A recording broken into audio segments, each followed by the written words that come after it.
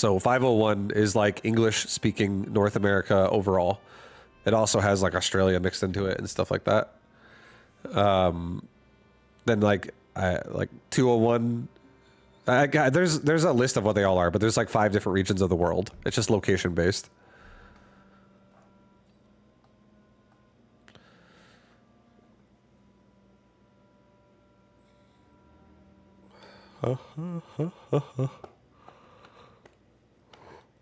This guy's a star. Let's go. Let's do it. Let's get crazy. Let's get crazy, guys. Let's get crazy.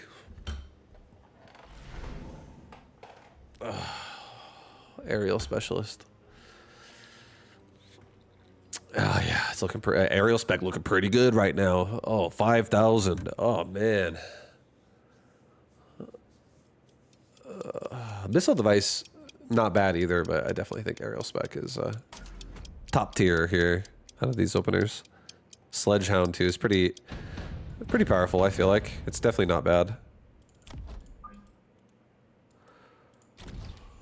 Good luck and have fun. Good luck, have fun. We're gonna get really aggressive.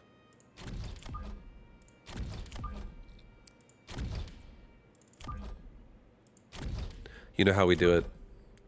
You know how we do it, guys. Getting aggressive as hell.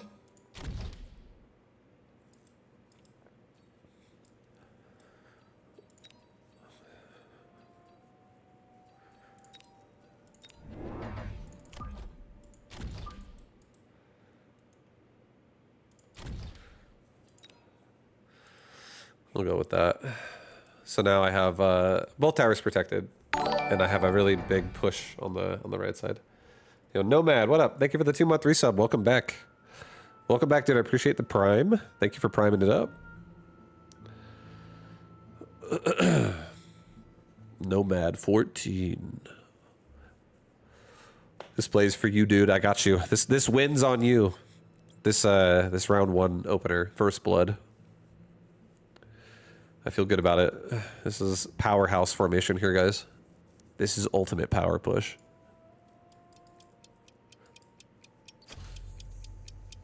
This push is so strong, it could knock a tree over in 1 hit.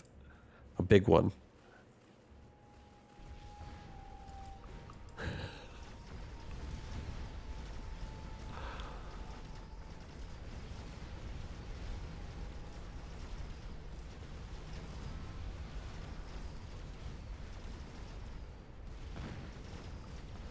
I picked up Mechabellum today after watching you play and having a blast so far. Yeah, hell yeah, man. The game's super fun, so I'm glad you're enjoying it. Welcome. And thanks for letting me know. That's good. I've actually had a lot of people telling me that lately, so I'm happy you guys are trying it yourself and enjoying watching me play it as well. Okay, well, that was a good round 1. Nice round 1. Do you think rhinos were originally built as lumberjacks? It's possible. It's definitely possible. Extended range saber tooth. Let's go for some 200 range sabers.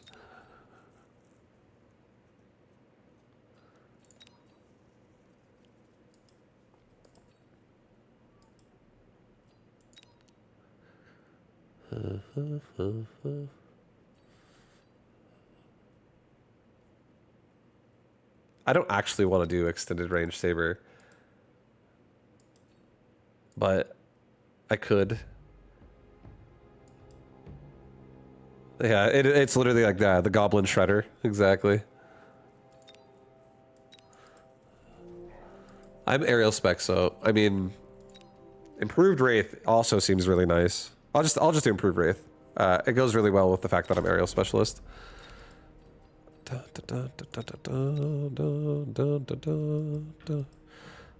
Wait off on recruiting it though. Don't recruit it just yet. No, recruit it now. Do it now. Do it now. We'll do it right now. It goes with the front. Okay, there's marksman are out there. This Wraith is actually in a non-combat marksman zone. The marksman is really not going to have a good angle at this Wraith for a little while. The Wraith is also getting rid of the sledgehammers really fast. This is great.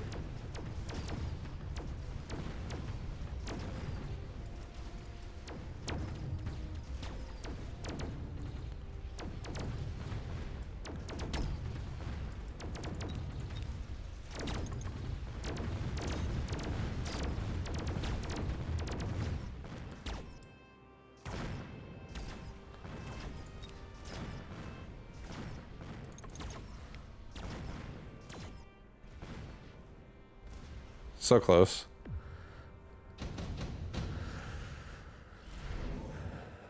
Intensive training.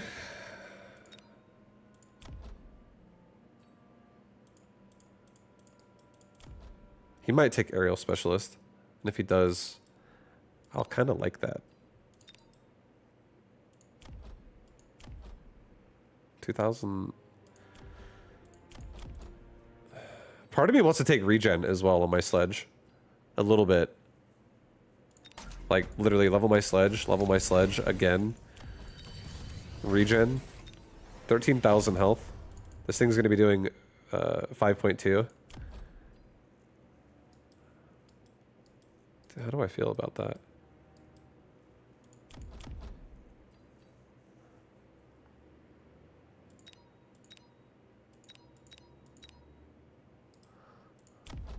I don't know how I feel about that, guys. I don't know if I like that.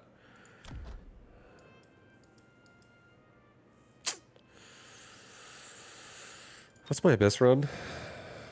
Yeah.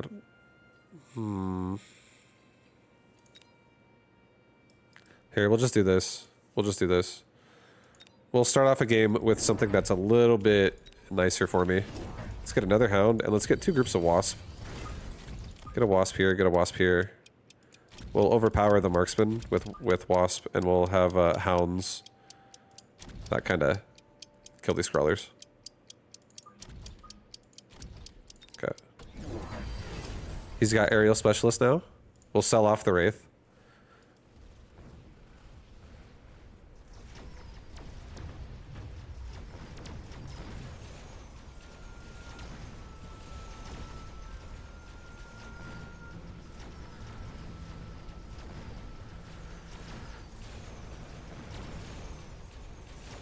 That was good. The hounds just straight up crushed that round. On the left. Oh yeah. And now we'll get out of the wraith. I don't need to play the wraith.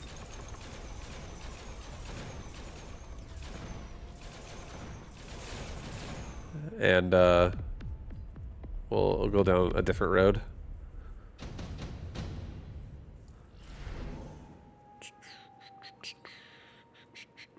Farseer, Typhoon. I feel like taking the Farseers. Just because they're literally free. They're free.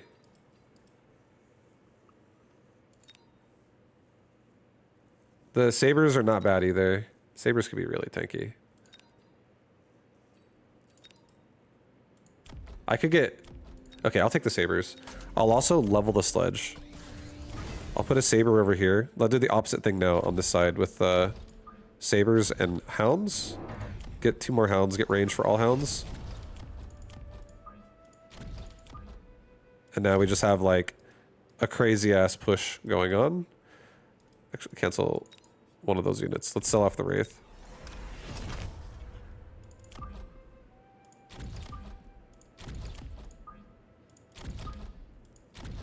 Let's get range. And let's also get level up on that hound right there. Let's get another crawler pack right here. Right here. Okay, that's fine. Good damage.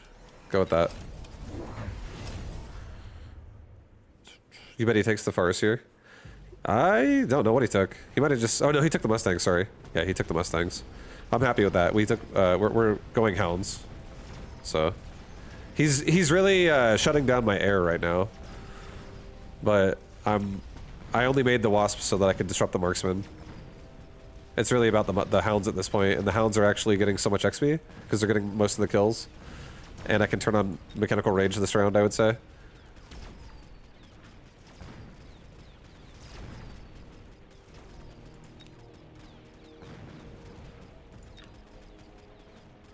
That poor hound's not going to kill the sledgehammer.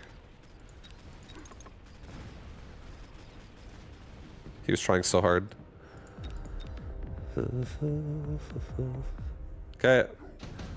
We'll just get a level. We have a level 4 hound now on left side. Level 4? Deployment module.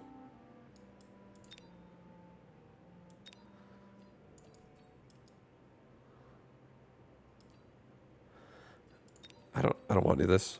It's okay. Level the hound. Get rage on my hounds.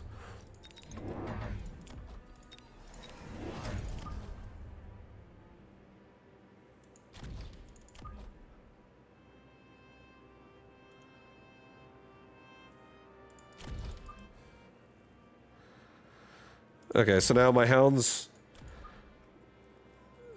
on the left and the right are covered now. Like, every single hound is now protected by something to where it can't be missile deviced right at the start of the round. So that's good. With those 3 color packs like that, because these sledgehammers protect the hounds here, and these sabers protect the hounds here. And they also, and now there's no way he can wiggle in a missile anywhere. Like, no missile can hit any hound without hitting something else first. So I like that. I like that. Sell out of your wasps? Not yet. I don't think I want to do it just yet. Mostly because I have rage now. And I also have more chaff in the front, so I might actually kill the mustangs before my wasps die. And I might need them for a little bit for anti-air, possibly. Because if he makes an air unit, I have no anti-air right now. But I will eventually get rid of the wasp, or as long as I don't want to actually focus on the wasp. But the crazy thing is, I actually could if I leveled them and got elite marksman, because I could keep them further back.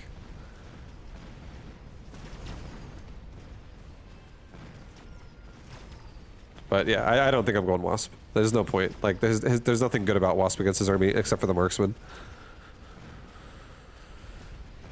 The hounds are getting stronger. The hounds are hounding. The sledges are sledging as well, which is pretty nice.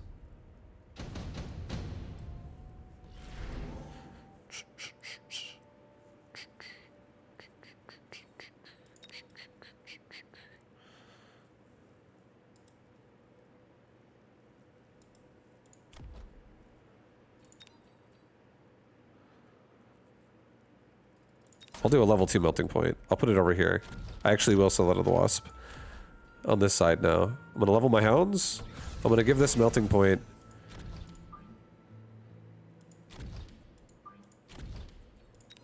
energy absorb. And I wish I had what's it called?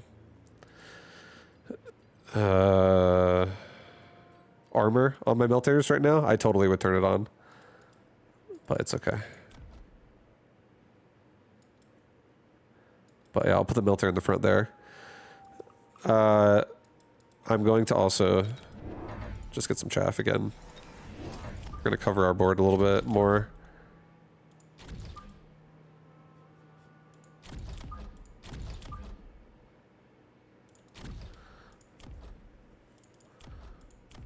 I'll do multi-melter, it's fine. Multi-melter. Let's get HP for everybody. I think we get move speed as well. Okay, he's got a level 2 Vulcan on the right. Right side will have a hard time. Left side's gonna crush it with this melting point.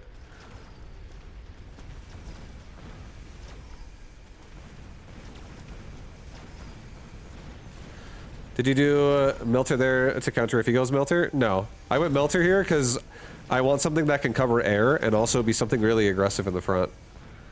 And Melter with the heal ability in the front is such an annoying frontliner. But if he would have went Melter, I probably would actually go more Wasp and I would start flanking his Mustangs. Like if he's going for crazy ass single target DPS, I probably would try to get around that another way.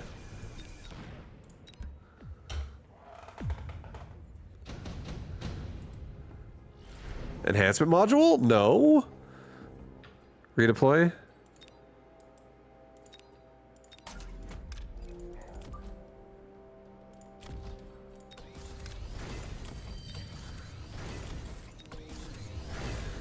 All right, well now we have the Melter on the opposite side. So this Vulcan's only level 1 anyways. This guy's level 3, but now he's got this Melter in his face.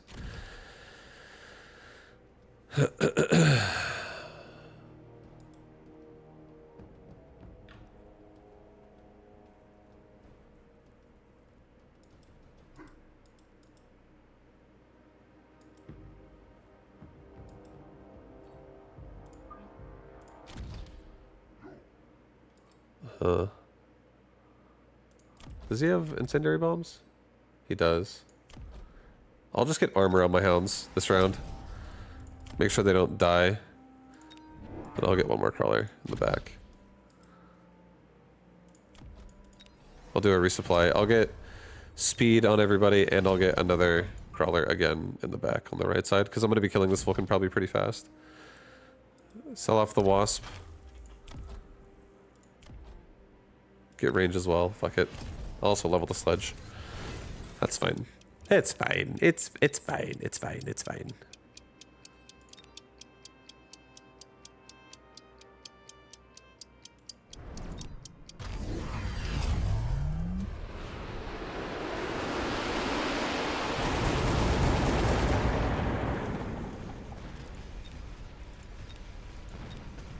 The fuck is he EMPing my melting point?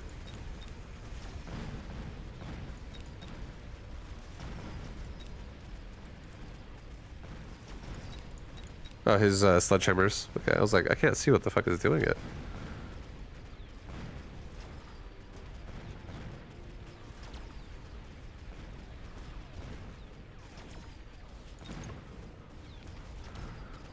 The hounds are just so tanky.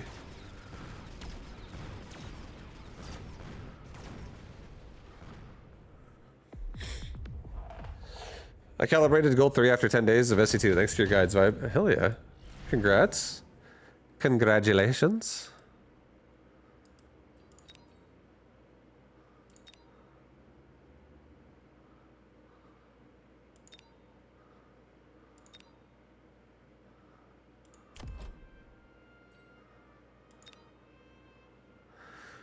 Okay, I'm gonna take the Raiden and I think I'm gonna sell it. I think I'm gonna buy myself hound upgrades. I'm gonna buy myself 3 rhinos. I'll do a resupply and get armor and coating.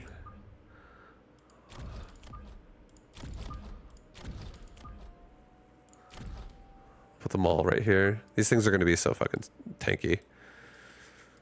Go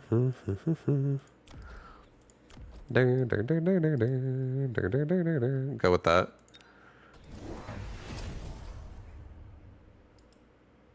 He'll light me on fire on the left side. But at least I won't be slow. And all my hounds are really high level here, so their armor is insanely high. These hounds have 7,000 health over here. Oh my god. EMP sledgies do exist, but we could always get more rhinos on the other side too. This game might be over in like 1 round anyways. But yeah, having a photon emission right now is going to make us immune to the ignite effect. So the Vulcan, it's really lacking damage, and rhinos also have armor. Get Farser EMP? I don't think I need EMP. I think I'm just gonna kill the Vulcan. I'm just gonna tank through it and kill them. I think it's okay. Because last round my Melter died really fast because the sledgehammers EMP'd me till I died, but now the Melter is protected by photon emission rhino or photon coated rhinos. So the Melter is just gonna go to town. And I even won last round because my hounds were good enough to finish it off. Like, my hounds are so juiced right now. They're so strong. They're so high level. So we definitely got it here, I think.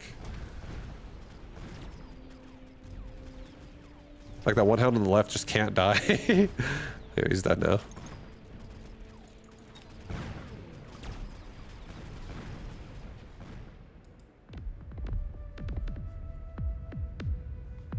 GG. GG. GG. Who's a good boy? Yeah, dude. Level 6, almost level 7.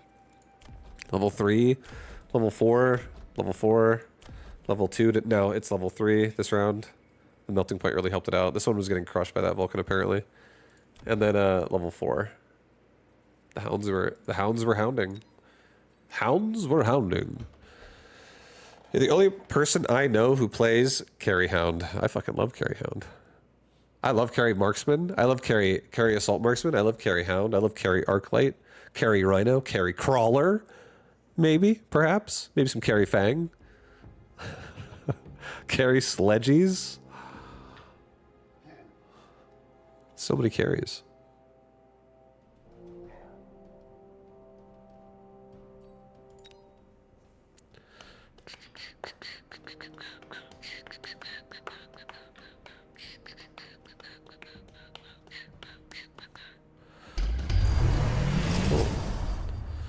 What's this? Some Tarantula, some Void Eye, some Storms, a bunch of Fortress Fang, and a lot of Phoenix. And Storms as well. These Void Eye have range and charge shot, so that's all they need, and they're insane here. Like, the Fortresses get looked at for a second and they're dead.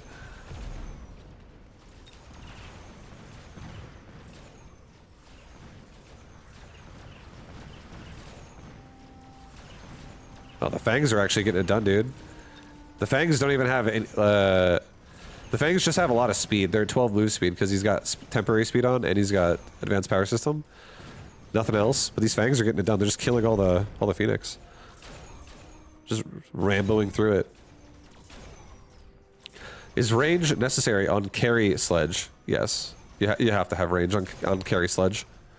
There's too many things that completely just break Sledgehammer if you don't have range. Like Hacker, like Scorpions, like a lot of giant units. One of the best things Sledgehammers have is the ability to like stay back really far and shoot, especially when you get like I think one of the best cards, honestly, for Carry Sledge is Extended Range Sledgehammer. That card fucking owns. Because if your Sledgehammers have range again as an upgrade, if they have armor piercing bullets, and if they have mechanical rage, those three things alone are really able to get through any unit if your sledges are leveled up. And then a lot of times I also, as a fourth upgrade, if I want to play Carry Sledge, I would also run EMP as my fourth upgrade. So they're doing like full DPS and disables. So whenever like you shoot at a Scorpion and you hit it, all it takes is one Sledgehammer to like hit it, and you just EMP it, turn off its range, and then it starts walking at you really slow. And it gives your Sledgehammers all like so much more time to just kill the threats as they like come in because they're snared by EMP and can't have any like bonus range upgrades. I feel like that's the best Carry Sledge. And then we're talking, you're gonna make probably like anywhere between 5 to 8 squads of Sledgehammer for Carry Sledge. I would say 8 is definitely probably on the higher end, and 5 is definitely on like the... It would work as long as you're winning rounds and your sledges aren't like low level. That's how I would play it. You've been playing them with full tank mode? I don't think they're good full tank mode. I feel like when they're tanks, it's not that I don't think that's bad. I just don't think that is Carry Sledge anymore. If you're going to make them as tanks, you have to have something behind them that actually benefits from the fact that they tank. Like, that would be a good build for like Assault Marksman. Like Assault Marksman with tank sledge could be good. You could have like Phoenix behind it. You could have really what anything that does damage, really. You could have, as long as the unit has more range than a baseline Sledgehammer without range, as long as whatever your carry would be has more, you could bait the sledge. But even then, it kind of, sometimes it feels terrible when you're like, let's say you have like a level 2 or a level 3 sledgehammer and you're doing well and it's like round 5. And then your opponent throws a scorpion down and he starts killing those sledge, even though it's like a level 1 scorpion versus a level 5 or a level like 3 sledgehammer. And then it like 3 shots the sledge or something like that, or 2 shots them. And then next round, your sledge didn't level up because the scorpion killed them. And the scorpion did level up. And now it like fucking 1 shots your sledge. And you're like, and you're just like, I can't tank through this. At that point, your only chance is like, if you have Link as well, you have like regen and health share. So you can like absorb the hit and regen through it. But then you're like super vulnerable to like melters and shit. Because that shit, damage sharing is kind of insane. I've been thinking about putting that back on my sledge and my steel ball. I was thinking about doing builds with sledge and steel ball where I just go full tank. Like full tank versions of it. Just like what you're kind of talking about. And just running assault marksman with it. I feel like it would actually be fucking... It would be sick. This is your build right here before the conversation. Yeah, this is my sledge right here. I feel like I run a little bit of utility with regen, but I don't use it as often, honestly, as I would like, because sledger is still kind of squish, even if they have that. Like, I feel like this only feels good to turn this upgrade on once the sledge is like level 3 or has a device. But even then, like, sometimes it kind of sucks. Later on, I feel like if Cena gets like above level 3 though, I do start to like it a lot for sledge. I like regen on other units like Tarantula and Sabretooth a lot more when it's like level 1 or level 2, as opposed to a sledge at level 1. Level 1 sledge with field maintenance feels fucking not good. The only time it feels good is if you're fighting like level 1 Mustangs. Or like level 1 Hounds and Mustangs. Like something like that where you could actually regen through it. And they don't have EMP or something like that, or a burst shot. But most of the time still, like it's so easy to acquire those things. Do you think there are people inside of each of the units? No? Nope. Those aren't even real people there. Those are just robots. That's a Fang out of its equipment. This is like it's like Russian doll fangs. These are all robots. This game isn't called Humanbellum.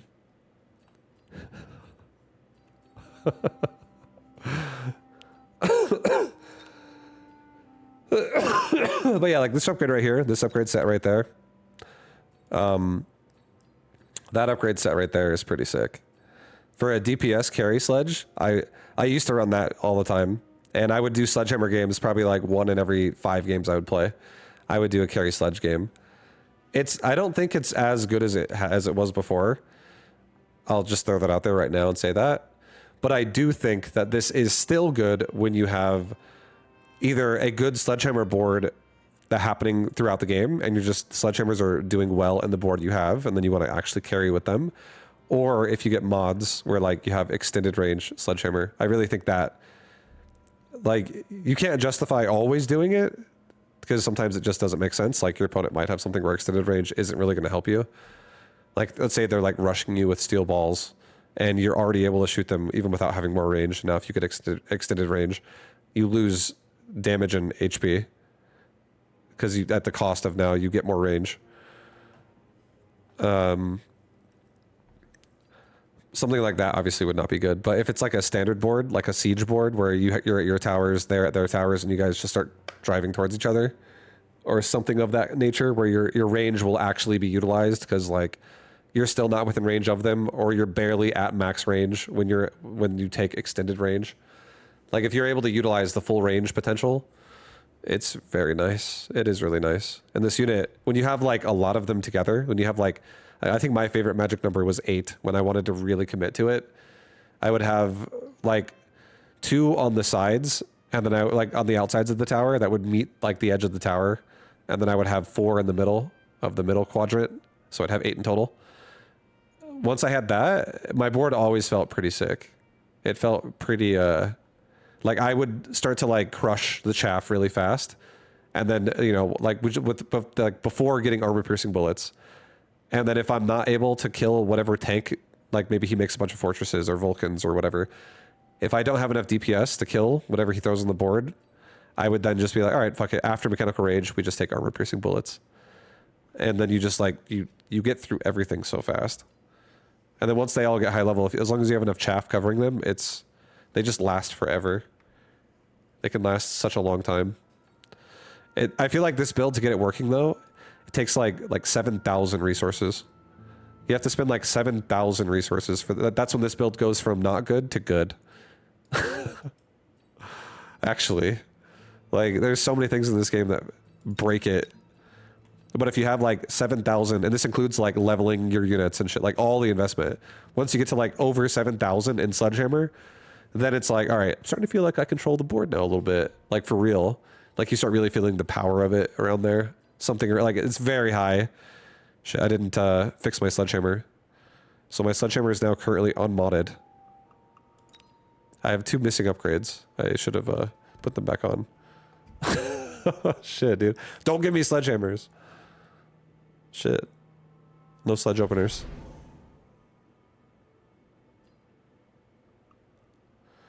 Cost control is pretty sick. Training spec also is not bad. Those are both really good.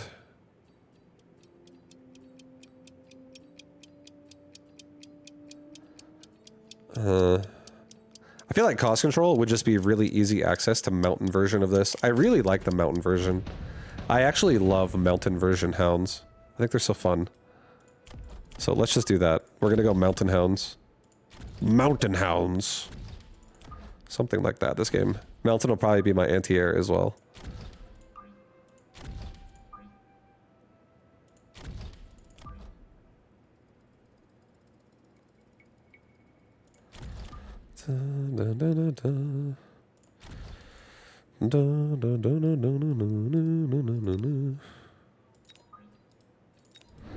Alright, keep it nice and simple.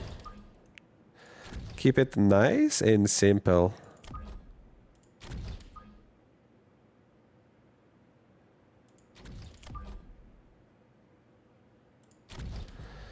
I think we do something like that. I'm gonna put a crawler pack like right there, like right here, next round. And for those of you who don't know, the line does, like, this is actually the edge of the board after round 1. So round 1, you actually can't build as far as you can for the rest of the game. So I'm not actually quite at the edge. I have enough room for a crawler here. As long as I'm 3 off the top, I have enough room for a crawler to fit in the front horizontally to make me immune to missiles. I like this. Just go with that. What's this? 277? 218? I'm not even close. Just go with it. Okay, he got a Phoenix round 1. Alrighty.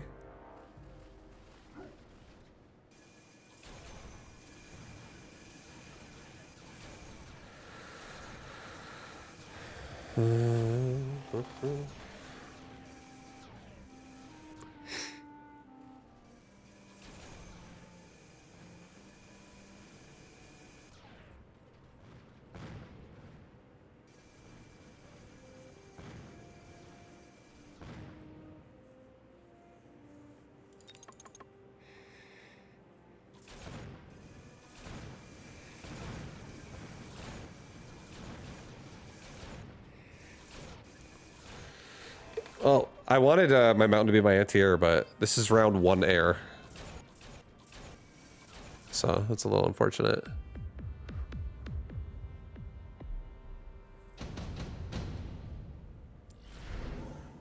Intensive training. Laser sights.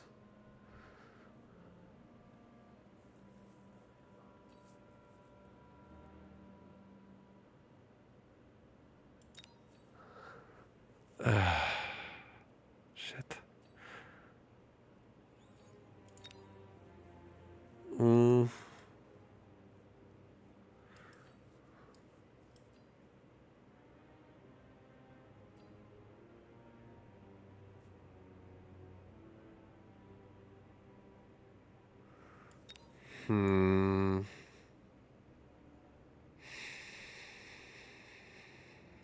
I really like. I feel like I want to actually do just a few assault marksmen this game.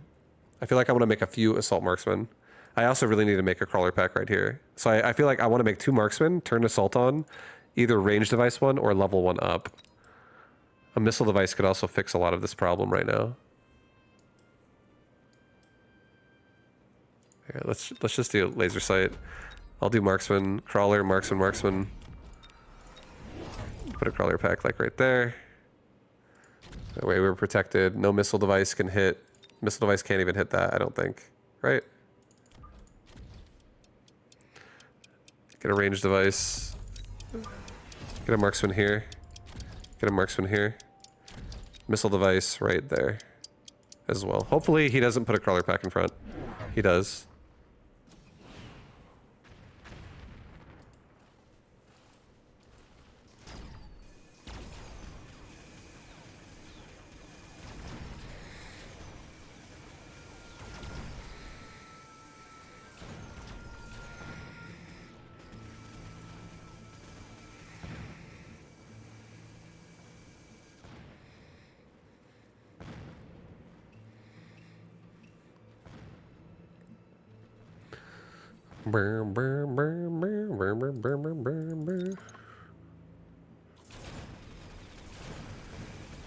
The paralyzes are brutal. Just really bad timing. Us being on the opposite side of the board definitely sucks.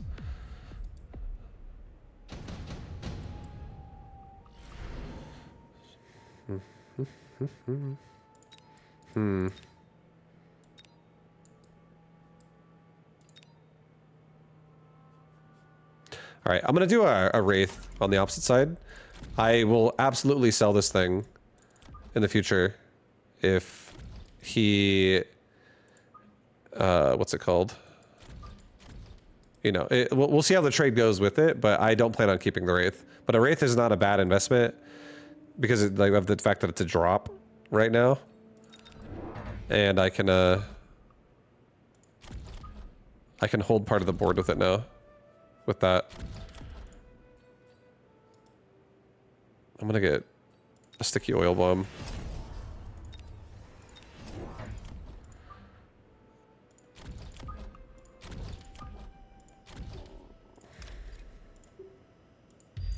Just snare him, make him attack me a lot slower.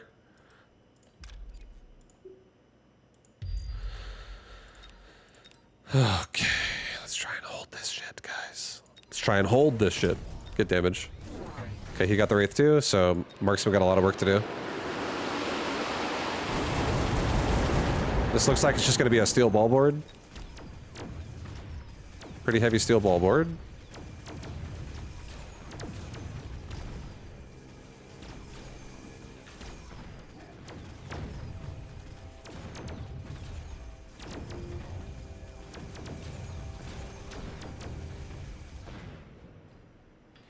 Yeah, it's working. Now the Wraith will be able to hopefully finish off the round. Because it'll be able to kill the air units. And we have enough ground to overpower him.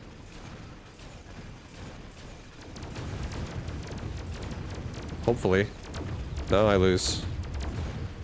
But we clean up a lot more of it. We just got to get a little bit more power on the right side, and I think we got a chance here. Ay, ay, ay. Elite Rhinos. He might device his Wraith. I think if he does, it's fine. It's whatever. I'm not gonna give a shit about this. I don't care. I'm gonna go ahead and skip. I don't want any of this. I don't have a giant unit to put it on, and I don't want to put on that device right now. Let's actually sell the Wraith. It didn't do nearly as much as I would have wanted it to, so we'll just go ahead and get rid of it.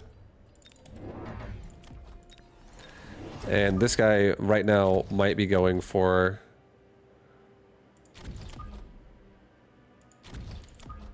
He might be going for a device Wraith himself. I have a lot of marksman DPS now over this oil, so I hope this is enough. We have a ton of DPS over here. This is such a blob. We just need some fucking ball killers. We need some baller marksmen. 2 of my marksmen are both about to level, so they're getting some kills.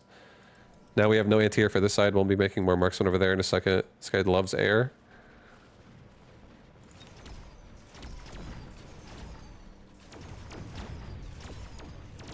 Beautiful. This is already going well. We're already working that Wraith down a little bit. We're about to kill the tower. Let's go, baby.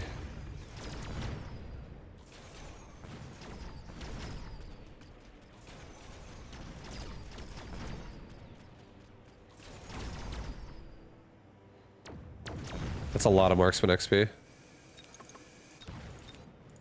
Those marksmen just fucking dominated that round. Oh yeah, we're back. Do you think? All right, I read that already. Just kidding. Yeah, you know, lightning storm, guys. I could do it. I could hit his whole army with it. I could hit his whole army with a lightning storm. Regen device isn't that great for me. Additional deployment is pretty sick. I don't necessarily want to do a lightning storm, but it would fucking crush this board because he's so clumped up. I did level a lot of marksmen here. We'll just do this. Level up, level up. Let's get a crawler pack. Let's get a couple marksmen. Let's get another crawler pack. Get a marksman here. Get another marksman like right here. So I can have more marksmen push this side, and the flank is also protected. And this side gets another crawler that goes in the front. Alright, please. Come on, guys. We can do this. We can survive this together. Damage for everybody. Okay, he's javelining my left side. I don't mind that. He also has barrier, so big ass giant unit is coming eventually. Probably a drop, I would assume.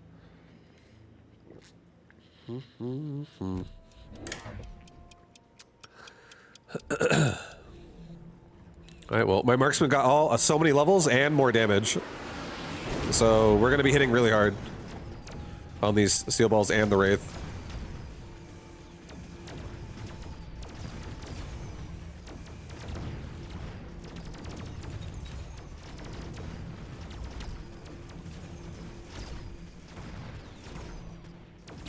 Beautiful.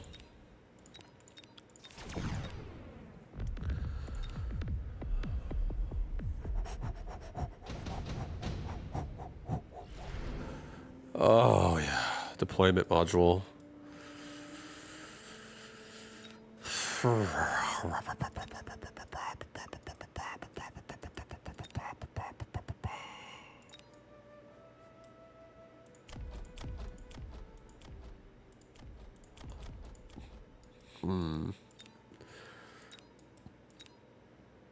I think I'm going giants. Or sorry, I'm going mountain. I am literally gonna go mountain. I think I'm skipping. And I think I'm gonna prep myself. I'm not going mountain yet. I don't think I'm gonna go mechanical rage yet either. I want my yeah, it's too early to go mountain. I have additional deployment slot too, so no mountain yet. I think we just get one more round of like one marksman over here just to have him, you know, this Wraith is also going uncontested for a little bit because this marksman gets stuck on these balls first. So now these hounds are more protected. Let's get a couple more crawlers. Okay, yeah. Get some backline crawlers around for everybody. Evening vibe. Yeah, what up, Flexible Knot? Alright, we're gonna do... I actually am gonna go for a quick reload. So my marksmen now, like the more damage they deal, you know, the higher level they are, we're gonna be able to get through the steel balls that are level 1 with one shot on a lot of these marksmen. And then we'll also get through crawlers really fast too. Crawlers will be dying much faster as well.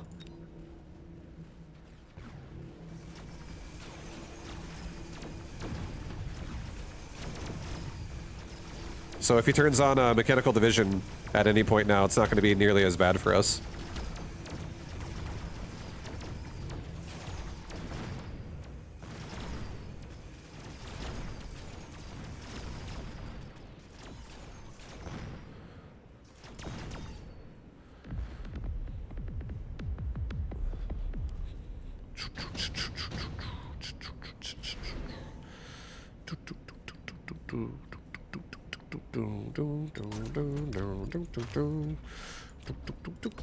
Okay, now, I did say I want to go mountain. I did say that, but there's also a big opportunity right now where I can go for elite marksman. These marksmen are honestly doing really well. There's a level 4 marksman in here. There's a bunch of level 3s in here. We're getting pretty beefy.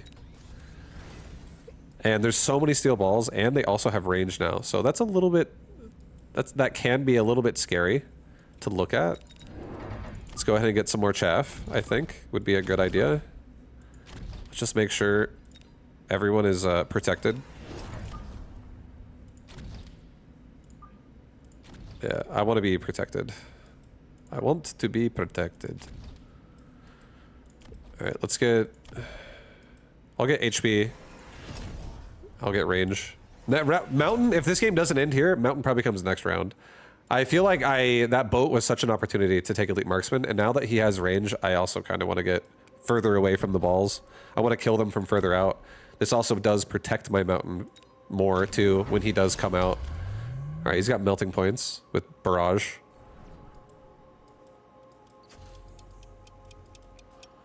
At this point, a great upgrade as well would be, as soon as I make a Mountain, a great upgrade would be Mechanical Rage on Hounds. Or on Crawlers, I mean.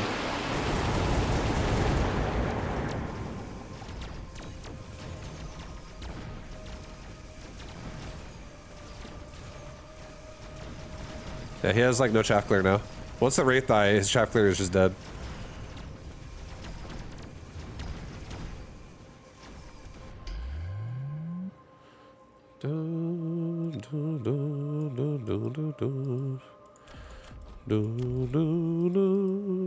Further from the balls. Gotta get away from those things. Don't let them hit you. Don't let them slap you. Keep your distance. Keep your distance. +1. Alright. Who is playing right now? Provide your beaten up on 1300 MMR.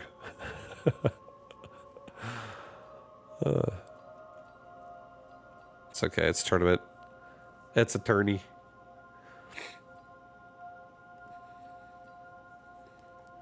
Fix sledges! Oh yeah, thank you for saying that actually. I was like, what do you mean fix sledges? Oh yeah, I broke my sledgehammer. Good idea. Alright, I'll experiment with some defensive sledge in a minute, or after this tournament. I don't want to do it right now. I'll go back to having regen and EMP is what I think I was running.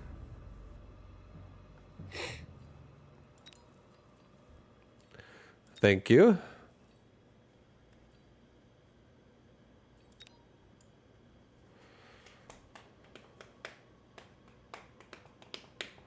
Vibe, not provide. I always provide.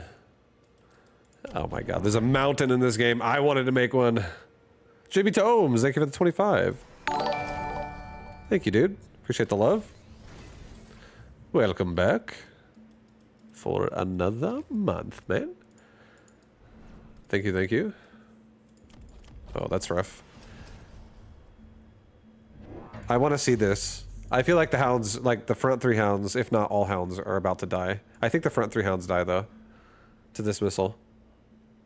Right? I want to, because I've done this shit before myself, but yeah, if I was doing trivia right now, you know, I gotta know how many hounds die on that flank exactly. I'm gonna say 3 hounds definitely die, maybe all 5. I think all 5 do actually die. But the only thing is, I could guarantee they would all die, I think, with Mechanical Rage, because they would be faster at the start of the round, and they would run closer to the crawlers faster. But because the crawlers have 16 move speed, they might actually bait the missile a little bit away and save the back 2 hounds. I gotta see who lives. What's up, Funny Toaster? What up, dude? Protoss versus Terran. Funny toaster. No hounds died. 0 hounds died. Okay. Did not expect that. Yeah, what up, Rob? Thank you for the 103.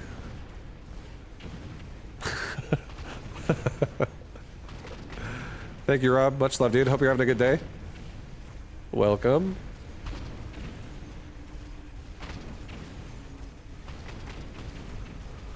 Oh.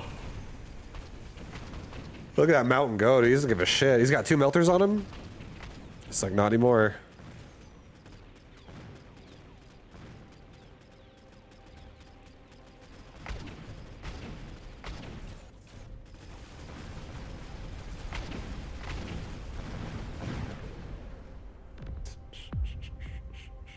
The other day I saw someone only having 2 techs slotted, the other 2 are empty. Are there any advantages to that? No.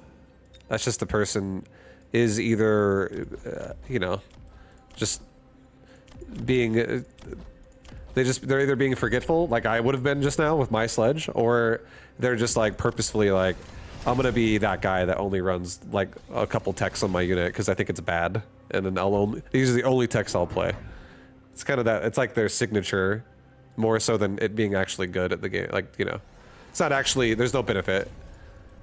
It's just them being stylistic and being like, I don't need anything on this fucking unit besides 2 things. I'll never invest, ever.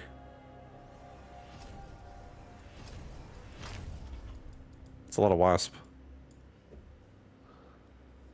That is a fully loaded flank of wasp. And there's wasp dropping down too.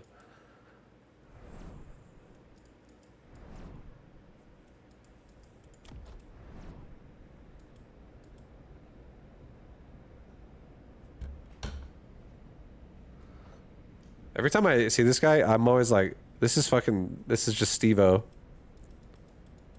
in a Pope outfit.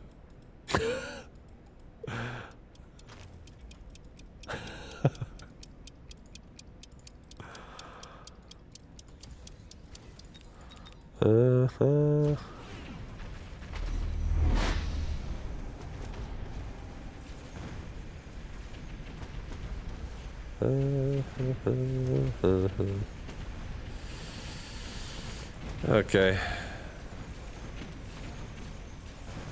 Who wins, 100 wasp or 1 Mustang? It depends. Are they all single file? Are the wasp coming in a single file line?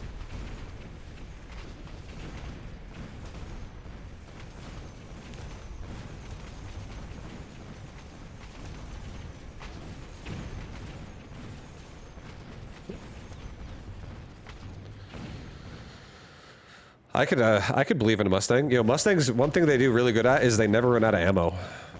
This unit never has to reload. Even if like it's doing 0 damage, it will shoot until it dies. I bet it could do it. You can't believe Mountain won. Mountains are fucking nuts, dude. I actually really like the Mountain myself. Its base health is so humongous. And it has higher base health than a War Factory. But it doesn't have an armor upgrade. It has plating, which is different, and plating is more value in terms of damage negated, but it does not give you a percent HP bonus, which is, armor does do that. Armor gives a War Factory an extra 50% health. So it's like, the War Factory can get bigger than the Mountain if it has armor. But just by default, I think a War Factory is like 120 something, and a Mountain's 150 with, yeah, he's supply spec and he doesn't have a HP upgrade yet, so this is actually a base Mountain. That's what it starts with, for real. No modifiers.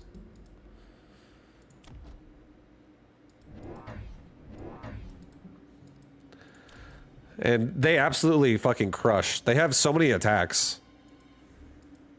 They attack like 4 times that damage per every 2 seconds. Because they have like 4 guns.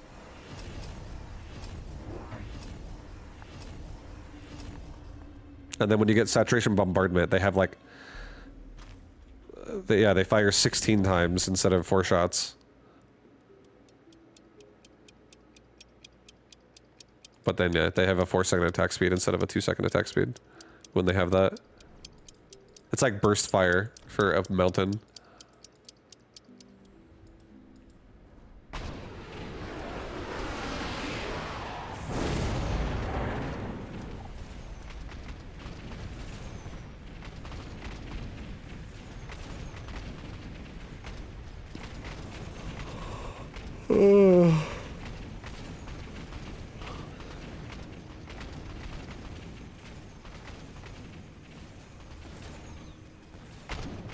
What if you play this guy next?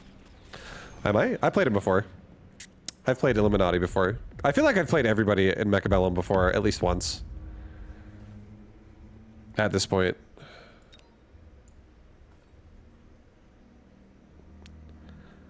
And some, obviously, more than others. I feel like maybe I haven't played some of the people that, like, never play my time zone. If someone physically doesn't play my time zone ever, which is like the evenings, like afternoon to evening of North America. So like, let's say like, you know, eastern side of the world, that's like between fucking like 3 a.m. and like 10 a.m. You know what I mean? It's like super weird, awkward hours for them. Maybe there's people that I haven't played from Asian regions or something, but I feel like I've played most people at this game at least once at this point. I've played so many games of Mechabellum by now. Vibe, what is Charge Shot and Arclight good against? It's good against... the best thing it's good with, or the best reason why it's good, is if your Arclights physically can't kill chaff anymore because they can't kill a unit they get stuck on. Like a sledgehammer, or a tarantula, or a saber-tooth. You know, anything that has like more HP than a crawler, or a fang, or a mustang, anything that has more than 1,000 health. And really like a lot more than 1,000 health. We're talking like something that has like 8,000 health, or like 10, 15,000 health, 25,000 health. It helps Arclights be able to get through units like that, because an Arclight really, if an Arclight has to kill a unit that has 1,000 hit points, it already takes 3 hits to do that, basically. You're looking at about 3 hits per 1,000 health for a level 1 Arclight. And if you don't have, if the only amount of time you have to kill your target is, let's say you have, like 10 seconds, like once you're shooting at him, you have 10 seconds until that Arclight is going to die, because whatever's coming with the unit you're shooting at, it's coming to kill you as well. And let's say it takes 10 seconds for your Arclight to die. If your Arclight can't get through the target it's working on in that 10-second interval, and it dies, that's a great time to think about getting Charge Shot. Because now you can get through that unit 3 times as fast, because the Charge Shot gives you 300% extra DPS at the cost of a little bit of attack speed.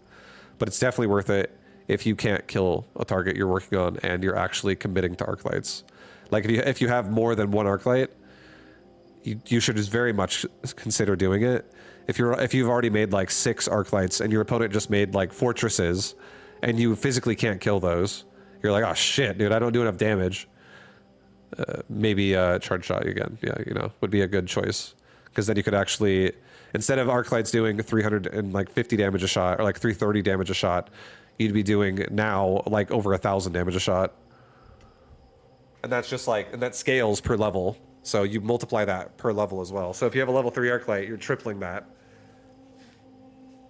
So a level 1 Arclight, or sorry, a level 3 Arclight without Charge Shot could be doing just slightly over 1,000, and a level 3 Arclight with Charge Shot could be doing like, you know, the mid-range 3K, like 3.4K or something like that.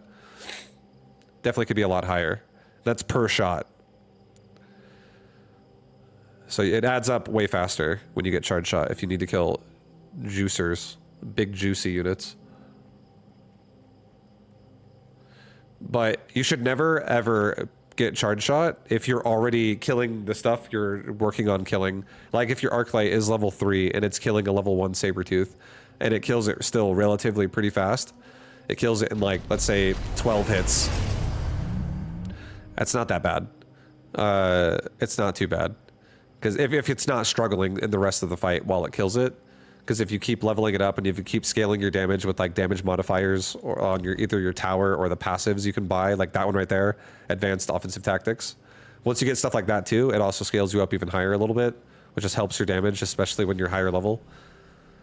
So you don't always need charge shot, but if your arc lights are just physically, they're too slow at pushing through the board and they're your focus, that's when you take it.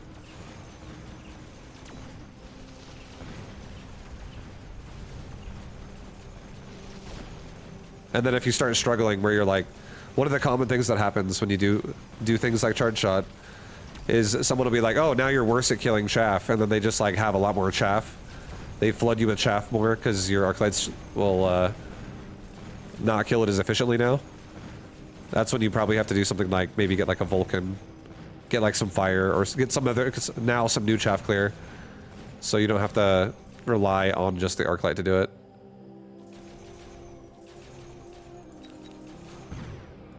These Mustangs are strong, dude. Level 6 range, DPS, and aerial, and damage device overall.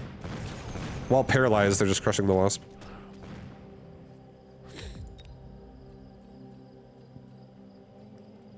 Big Mustangs.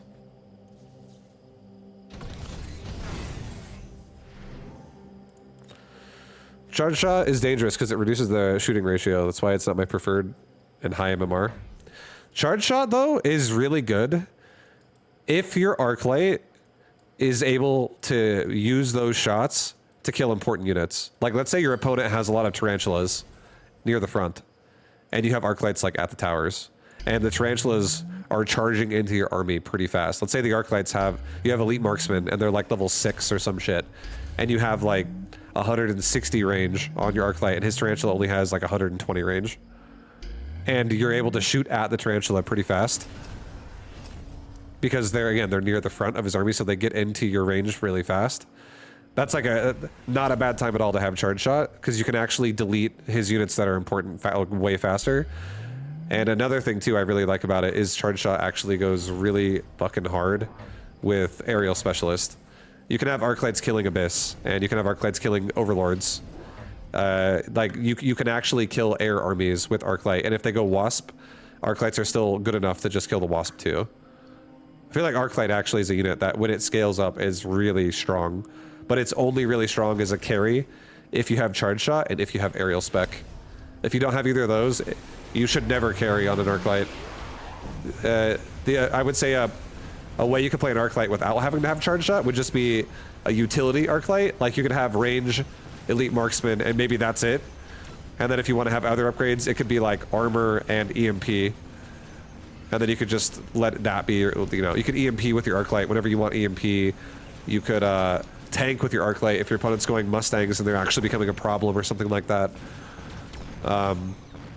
Or you just have range and elite marksman. I feel like that's the other way to play an Arclight that's really like solid. But if you have charge shot and aerial spec, you could actually consecutively win every round, regardless of what your opponent makes, simply because the Arclights can actually, they have the ability now to kill any aspect of a board, whether it be tanky or AoEable, ground or air. But if they don't have that and you're investing a bunch in Arclights, if they don't have the ability to do the damage on some units, or if they don't have the ability to shoot air, it'll suck. It'll definitely, you'll be like, oh, I invested so much money into the Arclights and I can't beat this unit. Whatever your opponent makes, that is a tank. Especially if it's a flying tank. Like an Abyss is very scary for Arclights if you don't have charge shot. Takes forever to fucking kill that thing.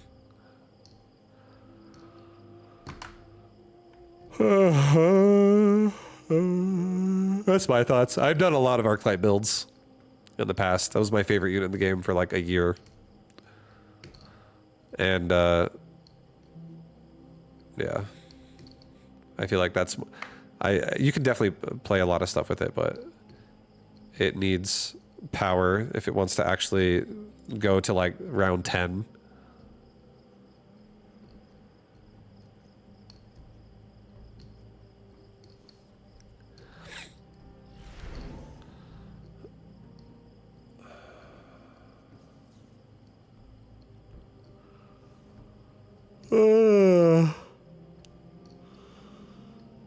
Trading spec Mustang. Amplify. I'll do amplify. Amplify. Amplify. We're against Tarantula.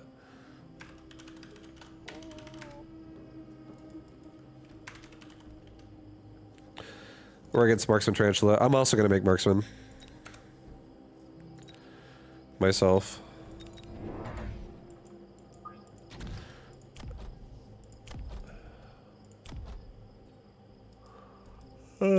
Quick supply is going to be pretty lame for us. We don't like it. It's going to make round one kind of difficult.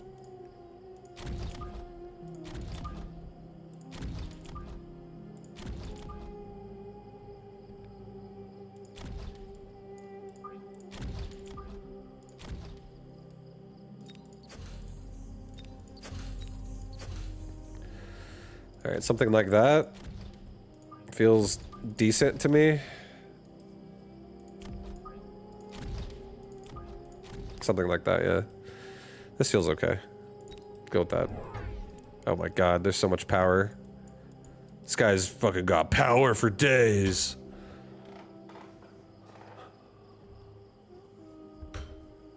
Oh, here we go. Oh, Marksman, we got some work to do. Hopefully we can get it done.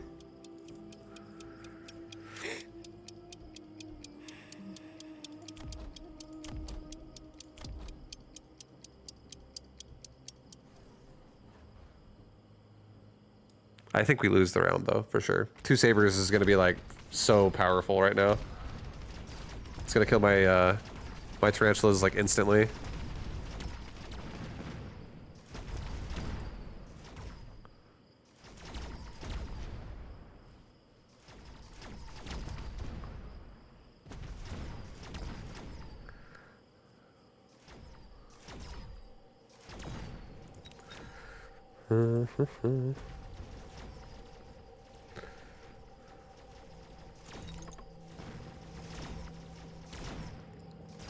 Okay, well, it wasn't the worst start for the fact that it's quick supply. Quick supply starts are always pretty powerful, but the units he has right now, I don't mind. I'm not afraid of them. Wasp Swarm. I'll go ahead and put one over here. I'll do another Fang right there. We're somewhat protected from Wasp Swarm now. I'll do another Marksman, like right here. And I'll get a Crawler pack, like back here.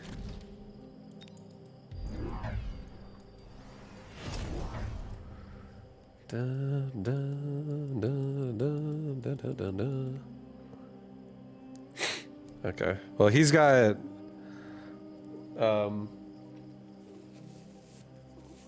he's got a Wasp Swarm and also Crawlers up at my call down, so my Wasp is... I mean, the Crawlers are just gonna go down. They're not gonna do anything. He didn't put them here. So I might win this fight. I don't know if the Marksman's gonna turn around. It might. If the Marksman turns around, we're definitely losing the Wasp Swarm. But hopefully we kill most of his shit in the front before the Wasp block my Marksman. Okay. No, maybe we can win here. There's a chance. If we get, like, better engaged for whatever reason. Sometimes it happens. No, we got a way worse engage. What the fuck, dude? I got horrible Wasp pilots.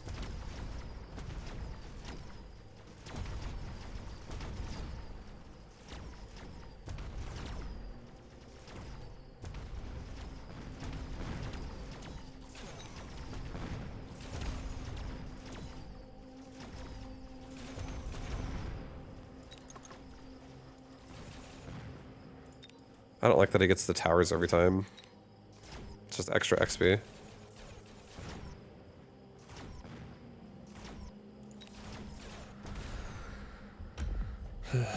It's not human bellum. No pilots, your words?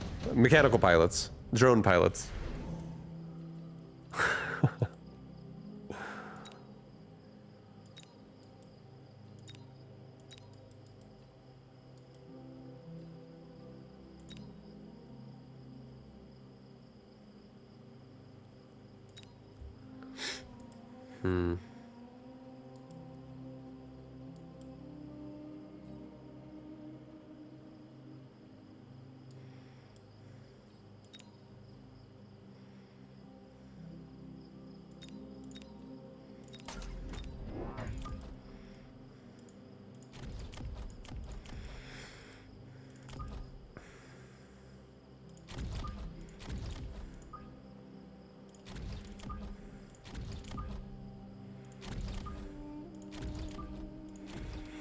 Okay, I'm doing more hounds on the other side.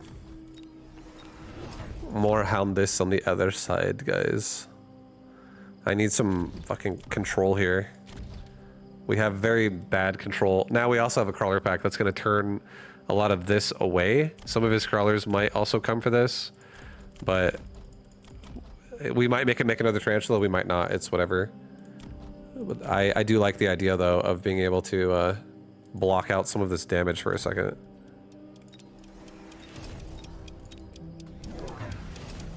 All right, lots of hounds on him, on right side for him too. He's got a hound back there. Is he? He's flanking me with a hound. Okay.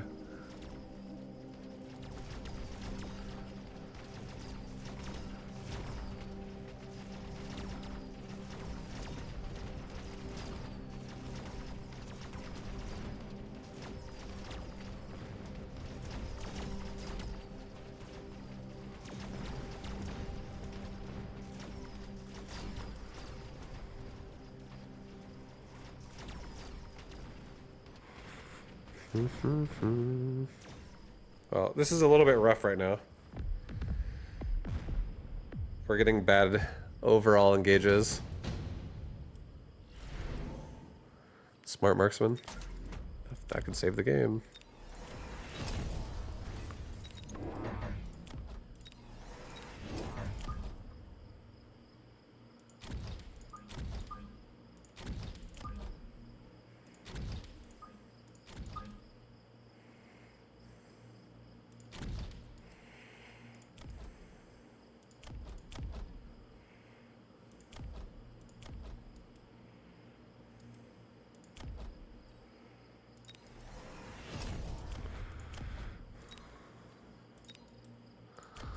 Okay, I am pretty hardcore right now on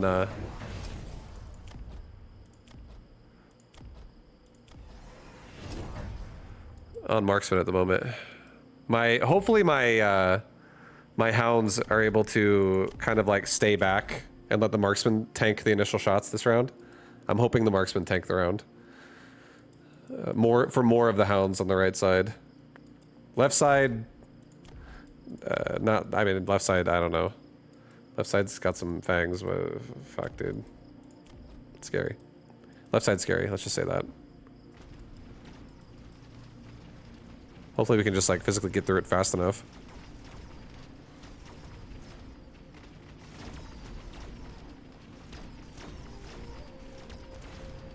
Come on, marksman, push! Please!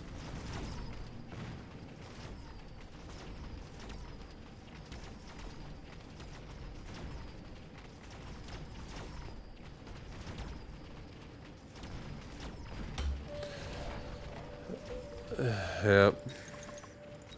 It's kind of rough. His marksman leveled up too, which is, I mean, I don't know if he's gonna do it, but that's not ideal. Not ideal for us. Fucking EMP. Ay ay ay.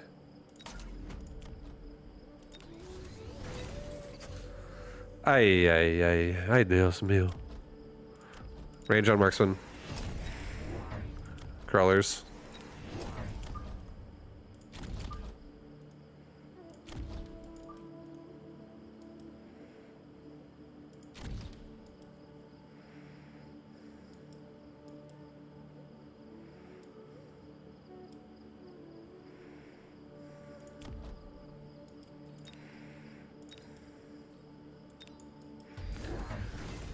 Okay, left side, that's gonna struggle again. Hopefully our right side really just like handles business. I'm glad I did not give my tarantulas range, because at least now my marksman will lose assault mode and they'll just stay back. And they'll just be marksman. But I mean, we also might just die simply because there's too many crawlers on the left side. Couple of packs of wasp. Wasp are really expensive. If by this point in the game, if I would have gone wasp, I'm not gonna say it's bad. It's just it's not what I'm doing. I won't be able to really start juicing my money is going to these upgrades pretty heavily, and I need them for it to even have a chance to work if I'm actually playing this way. Oh my god, that missile fucking sucks for us. But yeah, if I go wasp, it's like it's just different playstyle. I'm gonna zone out the marksman, and then I'm gonna force wasp, or I'm gonna force like mustangs, but then I'm also not gonna be investing into my marksman again, and I'm not gonna be the board could turn into different things.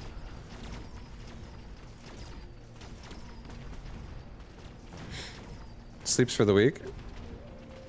4 in the morning. Yo, what up? It's cafe. What up, dude? Welcome. Am I dead? I'm just dead. GG. Oh man. Oh my god. I fucking hate fang openers so much. I actually fucking hate fang openers. Dun, dun, dun, dun, dun, dun, dun. Hell yeah.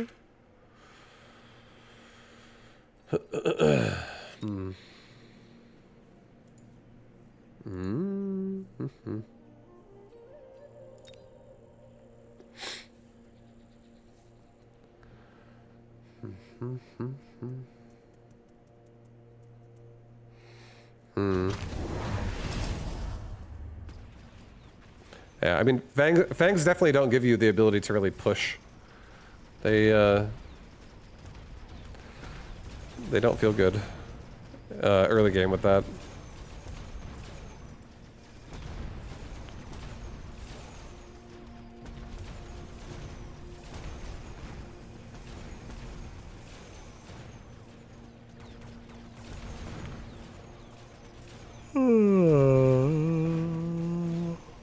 I had the worst setting on my screen for 9 years. Now everything looks so too colorful and perfect. Yeah?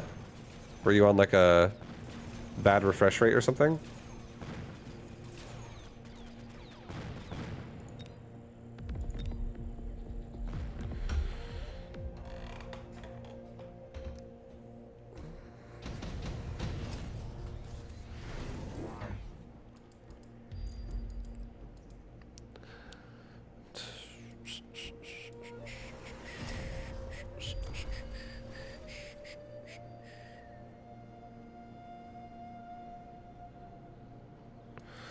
Dun, dun, dun, dun, dun, dun, dun, dun.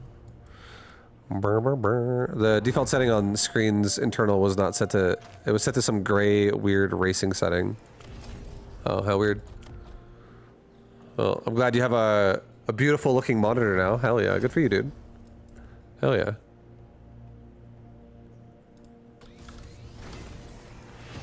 Hell yeah.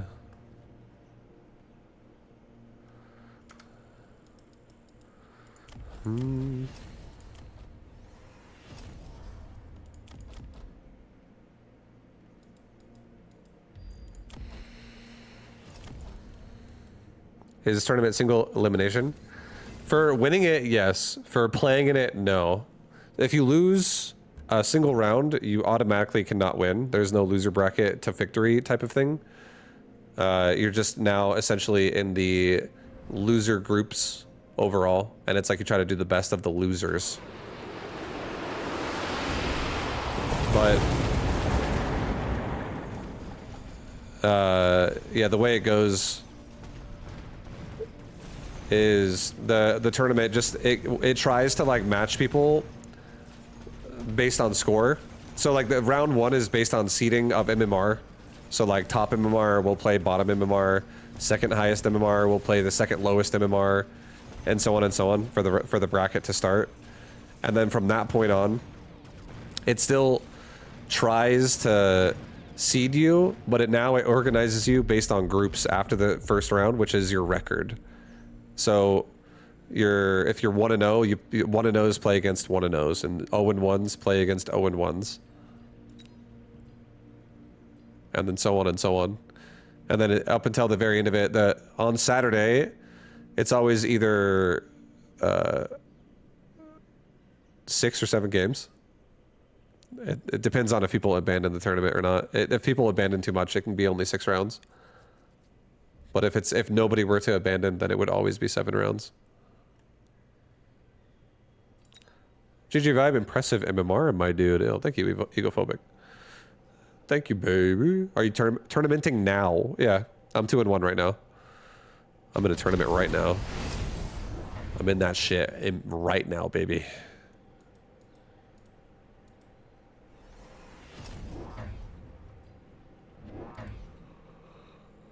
Vibe not having an impressive rank would surprise me. I feel like... Thank you, Miss Cafe. I appreciate that. Yeah, I feel like I've approached Mechabellum differently, though, to how I normally approach games. To a degree. I definitely like just doing whatever sounds fun. I like doing crazy shit sometimes. I get in these moods where I want to do psycho gameplay, and then like some of it turns out to be terrible, and some of it turns out to be amazing.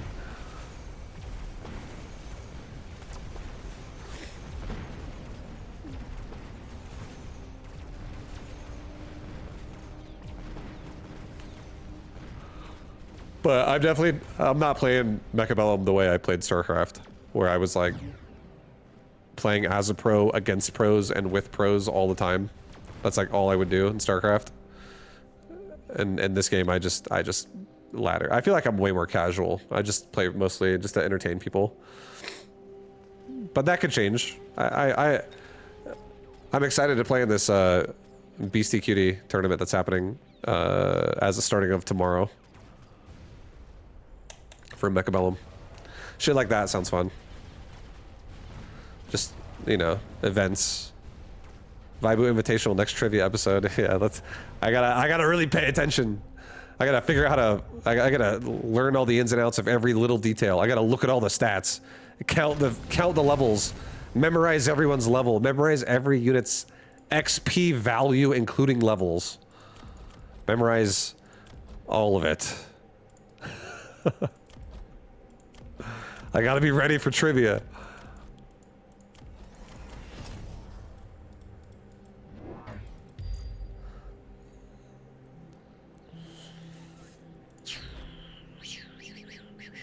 Why doesn't the Beastie Kitty Tourney have a player list? I'm so mad.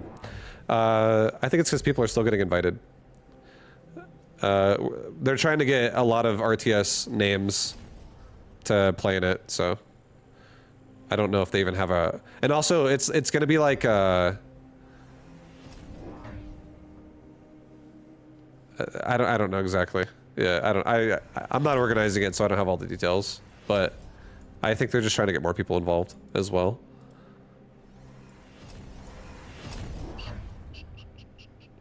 Isn't it literally tomorrow? Well, it's not like a traditional bracket either. There's gonna be the best way to say it is there's gonna be multiple things. Think about it more. It's more as like a series of events rather than one tournament. So you're gonna see multiple things happening. And it's gonna be stretched over like a week or something. I don't know exactly what their broadcast is gonna look like, but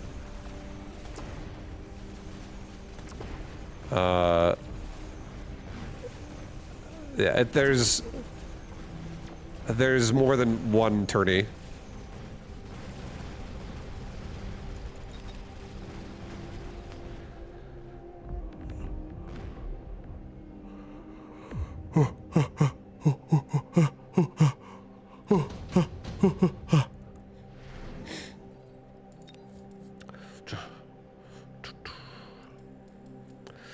It should be fun, though.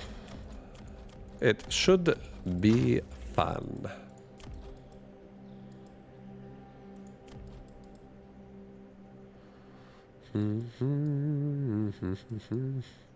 Vibe, in your bronze to GM for Mechabellum, what is the making workers for Mecha?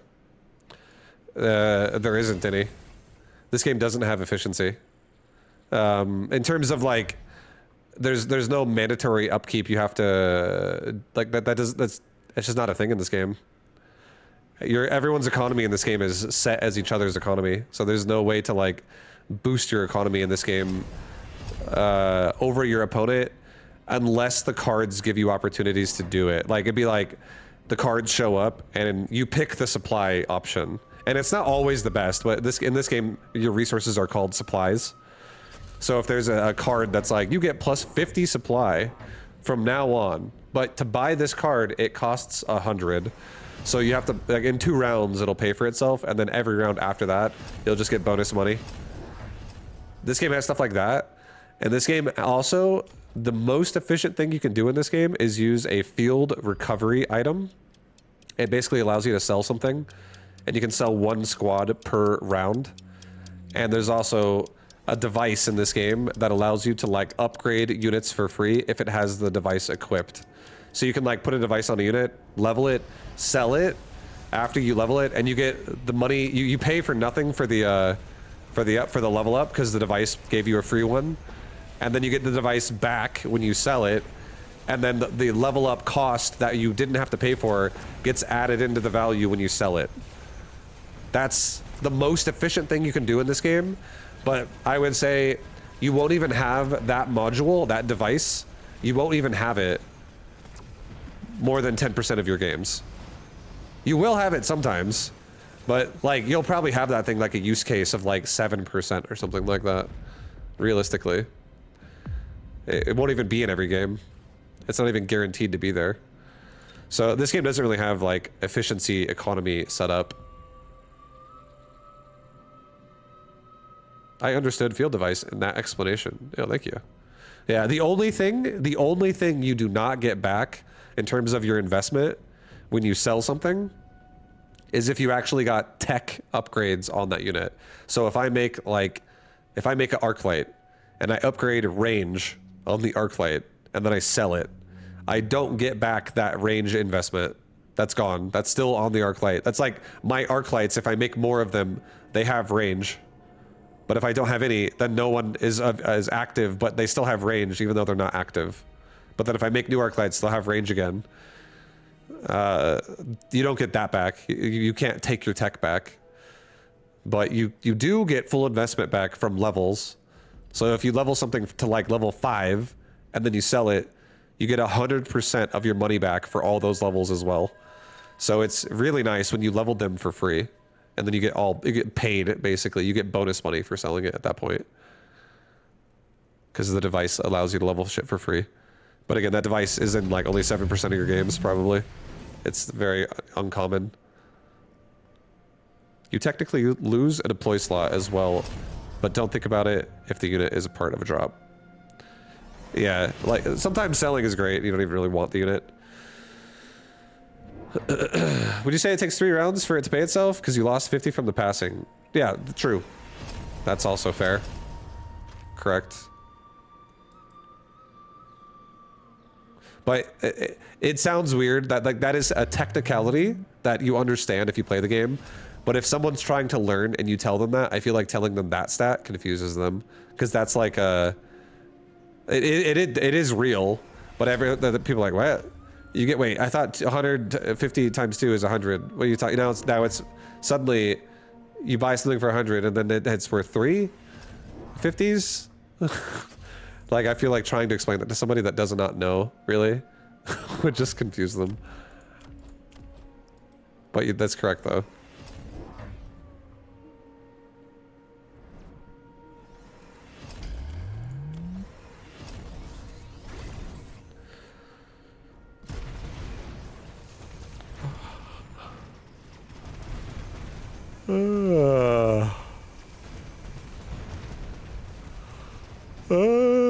But yeah, there's no making workers in this game. This game is 100% a game of knowledge.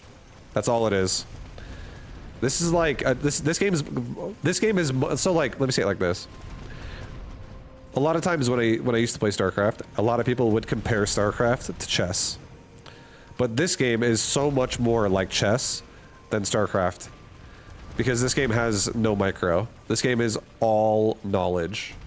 And then you place your board, and then you just let the AI take over once you hit end deployment, and you're watching. And you can do anything and everything with your knowledge in the deployment part of the phase of the game, where you're like, what ideas do I have to make all these things work? Do I want to use devices like a mobile beacon? Do I want to use blah blah blah? But once you end deploy, you don't play anymore. You watch. So there's not really like, it's definitely the only thing that does matter then is knowledge. Like you can also play this game with like, you know, like 1,000 ping. Ping is not a factor in this game either. Because this game has a global server too, which is cool because of that. So you can play people in any region at all times. It's one shared ladder, even though everyone has like division rankings for like your own zone. It's just to categorize yourself to see how well you're doing in your own like division for MMR and shit like that. But yeah, it's just one server, so ping doesn't matter either, because in the deployment phase you won't even really feel the ping. Like it doesn't actually factor in at all.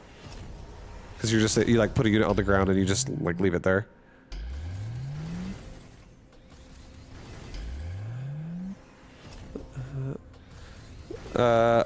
Like I thought until yesterday, Vulcan's attack was a cone attack, but it's not exactly. Yeah, a Vulcan attack is an AoE of 15 radius around the target that is currently being affected by its attack. Like one target at a time is getting attacked by a Vulcan, but then anything that's within 15 radius around that unit gets attacked as well.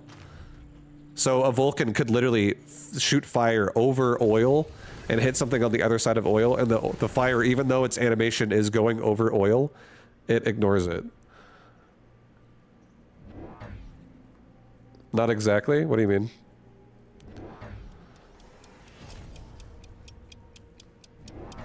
My Vulcan attacked a fortress with fangs around it and ignored the fangs. It's because a fortress is large. A fortress is it doesn't AoE off the body of what's being attacked. It AoEs off of like a 15 radius, which is measured in like, it's like always going to be like this big, regardless of whatever's attacking it. And the fortress's body is able to absorb that. So if you're shooting the fortress, its body is too large to let you AoE shit around it. Like it takes more of it. Because it does not AoE off of the body. It AoEs off of, like, it'd be like its target that it's AoEing is that big right there.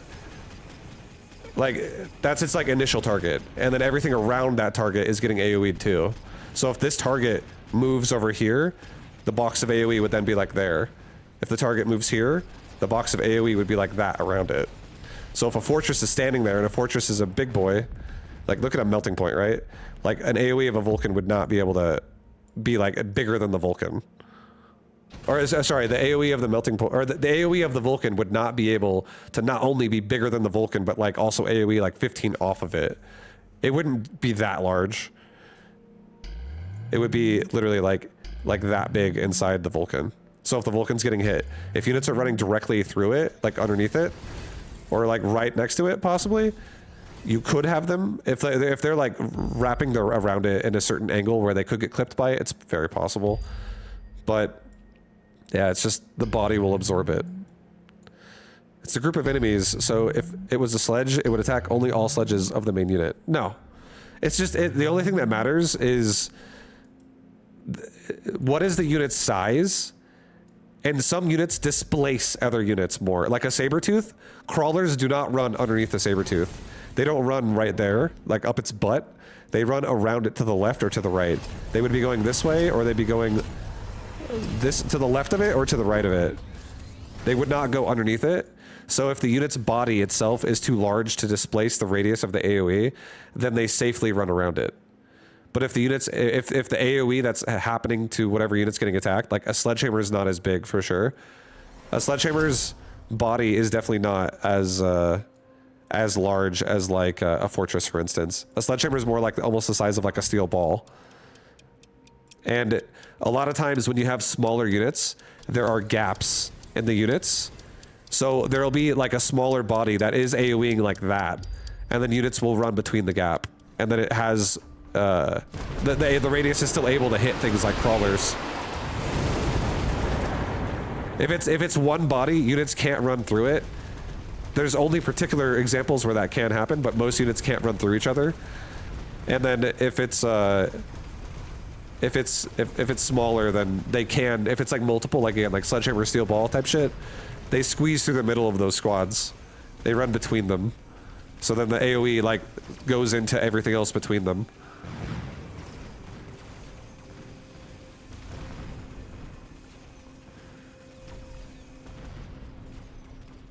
I had hounds behind Stormcallers before they had pushed the Stormcaller ahead and died.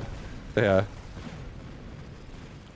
Yeah, that happens to units getting pushed as well. Like Mustangs are notorious for getting pushed.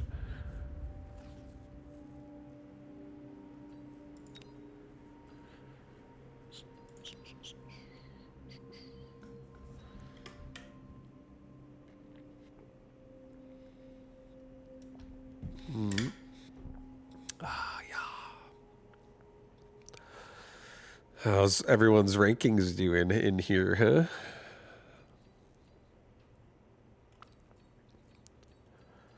Yeah.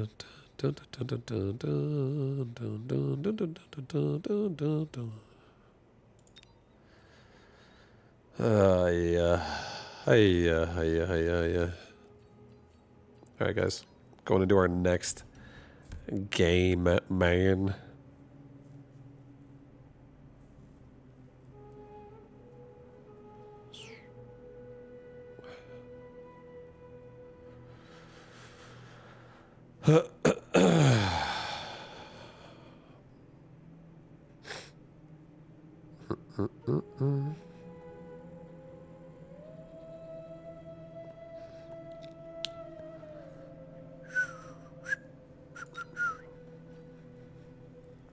Mind's eye.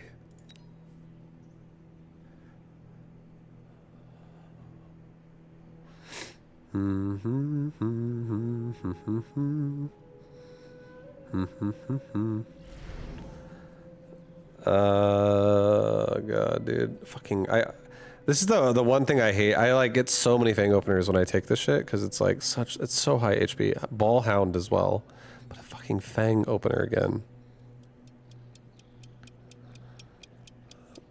I'll do it. I can't resist.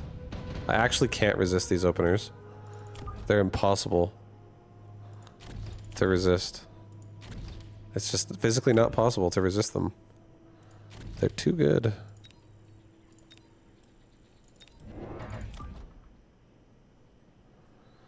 You love balls? Dude, who doesn't, right? Who doesn't love their balls?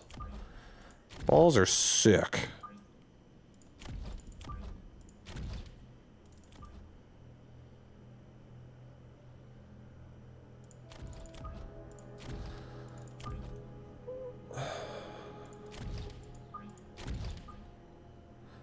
Alright, we're gonna do a ball over there. And I'll do another Fang squad like right there.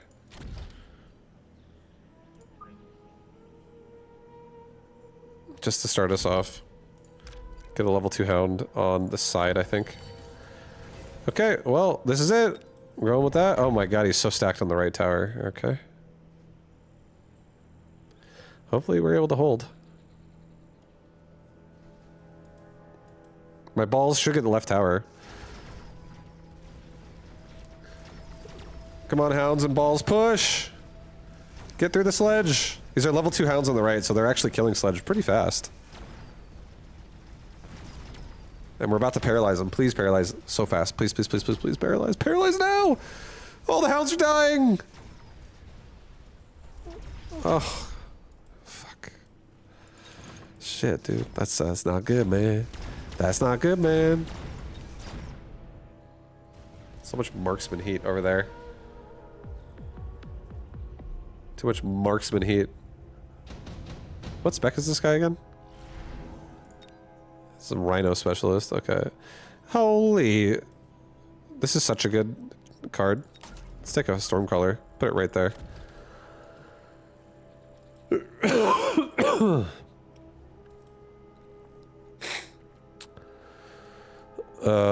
Let's get a hound and let's get a crawler. Get a hound over here. Get a crawler pack, like right there.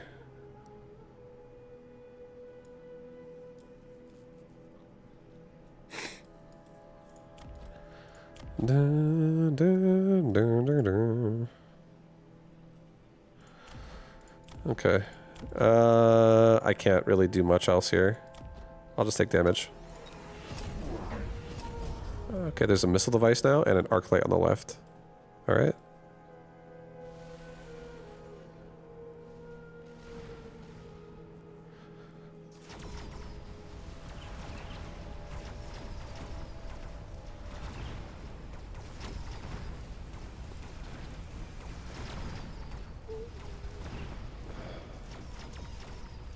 At least the Stormcallers are going to be able to push through this army pretty hard with the Paralyze. My balls should win now because of the Stormcaller heat we have here. I mean, the missile as well, though, is going to blow me up.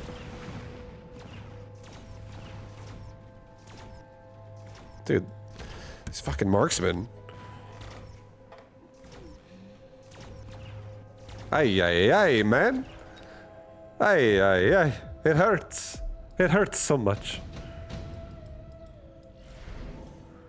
Okay, power systems. We're not fucking around. Level 3 ball. Left side. This thing is gonna just dismantle this tower.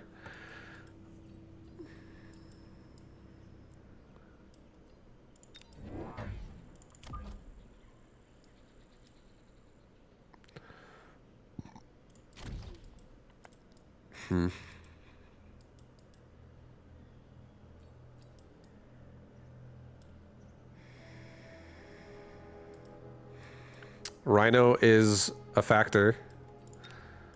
I'm just gonna get a marksman myself again.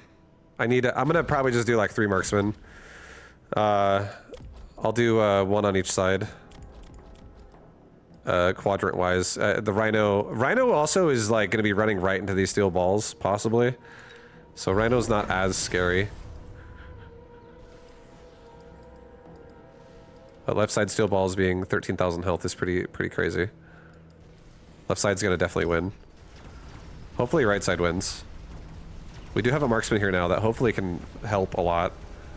Get through some of these fucking units for the hounds, baby. Come on.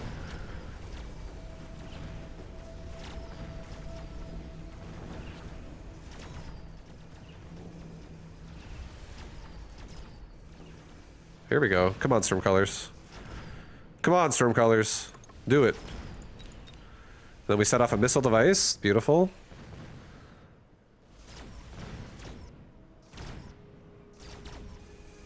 These level 3 balls aren't messing around. But the marksman still says, you know what? I don't care. You can't win. So the refuse to die marksman. Additional deployment slot. Missile spec. I'll do additional deployment slot. I'll get range on my hounds. Get another hound here, because he is now shoving shit on the left side. I'll get 2 more marksmen. Make that 3 more marksmen. Three more marksmen. I need some DPS to kill this Rhino. I don't know what direction this thing is coming from, but we have balls on both sides, but now I have some heat in the middle too. Okay, he's got a whirlwind Rhino on left side with a lot of crawlers. We'll see. He's also missile devicing my Stormcaller. That's nice. He's actually giving it to me this game right now. Zoning me.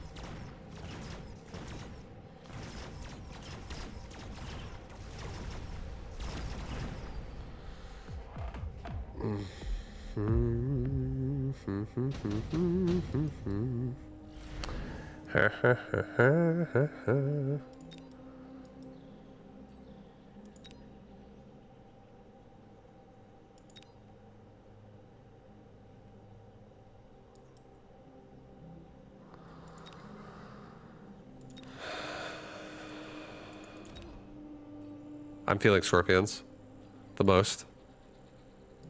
I feel like scorpions and chaff by far the most right now. I'm gonna put a scorpion over here. That just helps push out that side. I'll put another scorpion over here. That just helps push out this side. This thing should get overtaken by crawlers. I don't actually want to level my scorpions.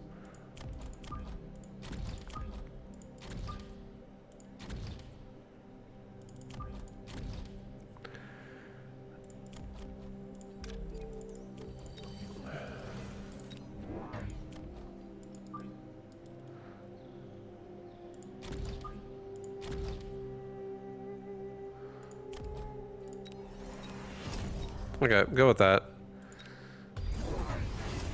Lord, baby Jesus, protect us. Keep us safe.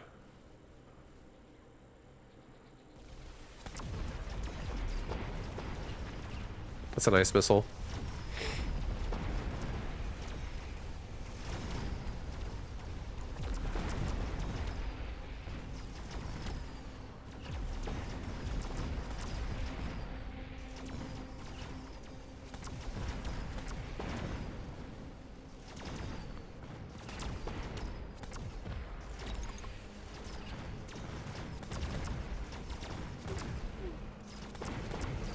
Beautiful.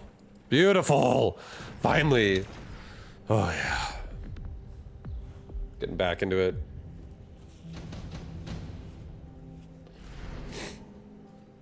Another intensive training? Okay. Well, this just got really good. I now have 3 level 3 marksmen. These marksmen are insane.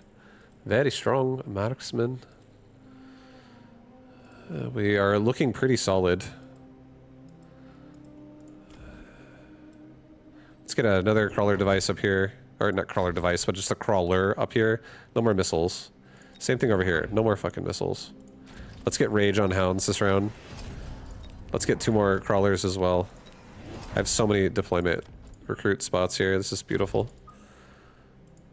All right, we should be good here. I feel like this is a nice round. He's got fire on the left. It is what it is. Can't do anything about that. Just gotta lick my wounds. But fire is definitely a thing, obviously. It's a thing.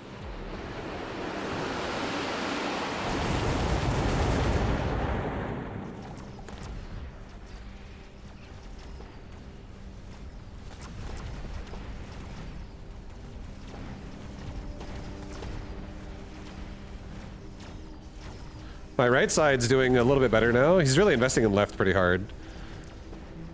Fuck, we're pulling all of his chaff away from the fire. That sucks. The rhino's gonna kill my tower. That's unfortunate. Don't you just hate when units are annoying and they do the wrong thing? Isn't that just the worst? That was a fucking heavy round. It's like 2,000 damage right there. Ay, ay, ay.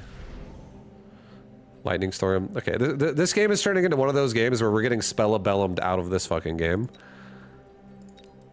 So we're gonna attempt to respect that a little bit. I'm gonna do the same thing back to him. Yo, cast some spells on me.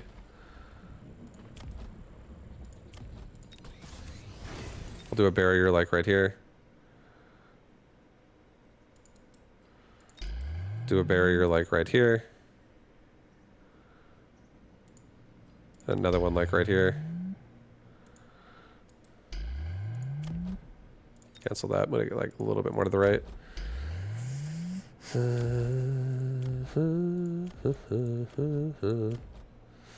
No fire this round.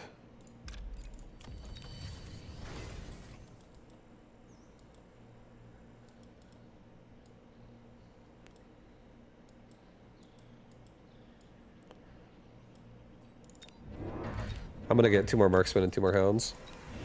I'm just gonna get a hound pack right here. I'm gonna get another hound pack like right here. I want more actual like dense pushing going on. Then I'll get another marksman that kind of like goes towards the sides.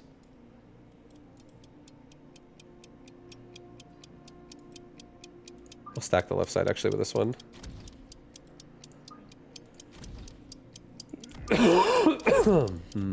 Take HP.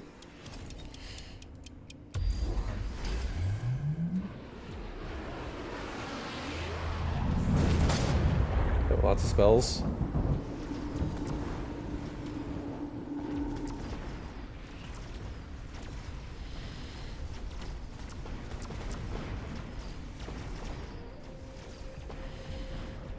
Come on, baby. Get on that tower. Push, push, push. I've had enough. Get these spells out of here.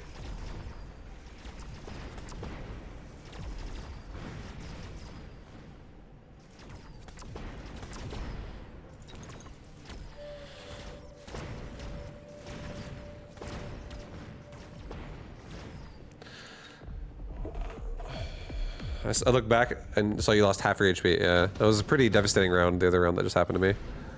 It's pretty devastating. Efficient light.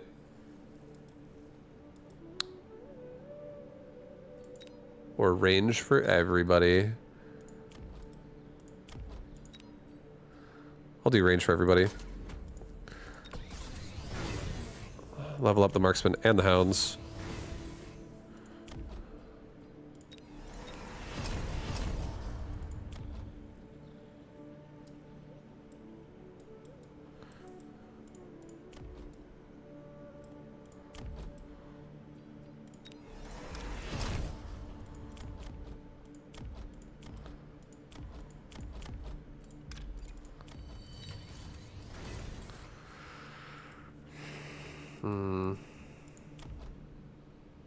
Okay, I sold the steel ball.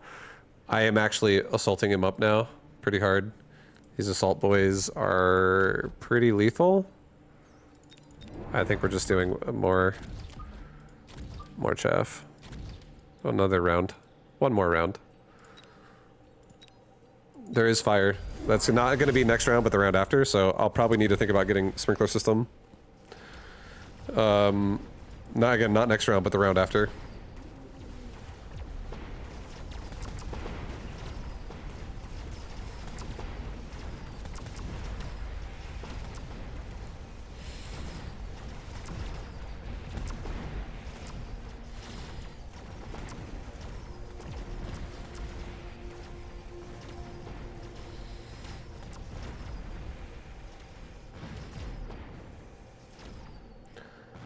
There we go. That's a push. That's a push, baby. Oh. Okay, again, next round. Possible. Level 2 sandworm.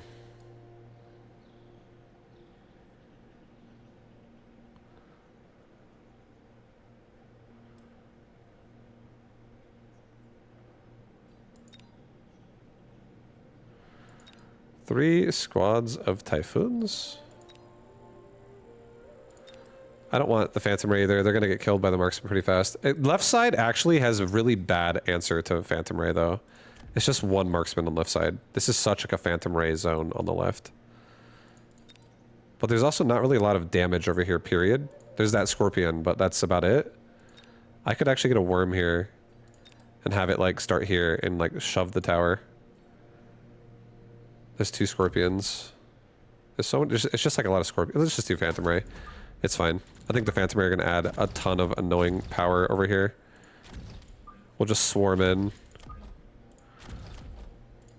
Level up. Level up my balls as well. Actually, don't level my balls. We have Phantom Rays. Let's just let them go. Let the balls go, guys. Let the balls go. Let's get Elite Marksman on my Marksman.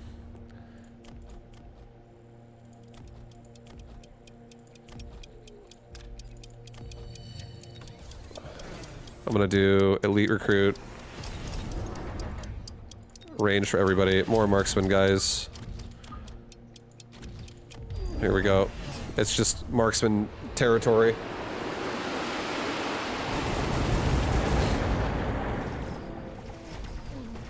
These things have elite marksmen too, so they're going to be like staying as far back as possible. So now they actually outrange my hounds, and hopefully we can get rid of the scorpions before my hounds get blasted, which it seems like is happening. And the Phantom Ray also are just owning the left side. They're just in there. GG. Sprinkler if there is an extra, yeah, 100%. That fire, that oil is about to become a long fire. That's definitely fire next round right there. And then just fire and missile. Probably be like, you know, missile devicing something that's like open, like a crawler pack or some shit, and then... Or something on the side. We made it through, baby. I made it through. Made it through, man. Scary for a second.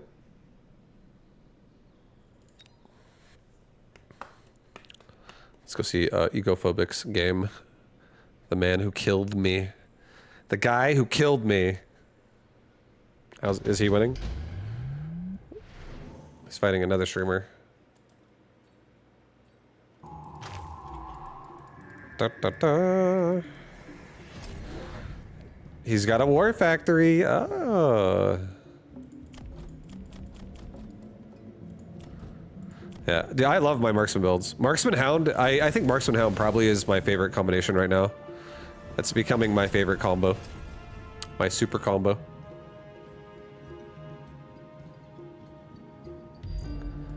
Yo, Cafecito, I see you're a man of culture. I noticed it. I listen to this shit every day almost nowadays. The Blizzard tunes, Blizzard mix, Blizzard radio. You also got back to explosive shot on marksman, right? I have assault mode on it. Yeah, that's what you're talking about, right? The AoE marksman. I have it. I've been using that for a long time. It's sick. It's my favorite. It's my favorite. An assault marksman is my favorite unit in the game. I think a hound is like really close though. I think a hound and a marksman together is my favorite combo in the game. That's for sure. But I fucking love hounds too. I think hounds are amazing. You like marksman versus balls? Same. I actually played against someone. I wish I remembered people's names better. I'm really bad at names. But I remember his icon. It was like a red 8-bit character. He's like 2K MMR. I've played him like multiple times. But anyways, he uses steel balls. And he's someone that lately... I haven't played anyone else doing this besides him.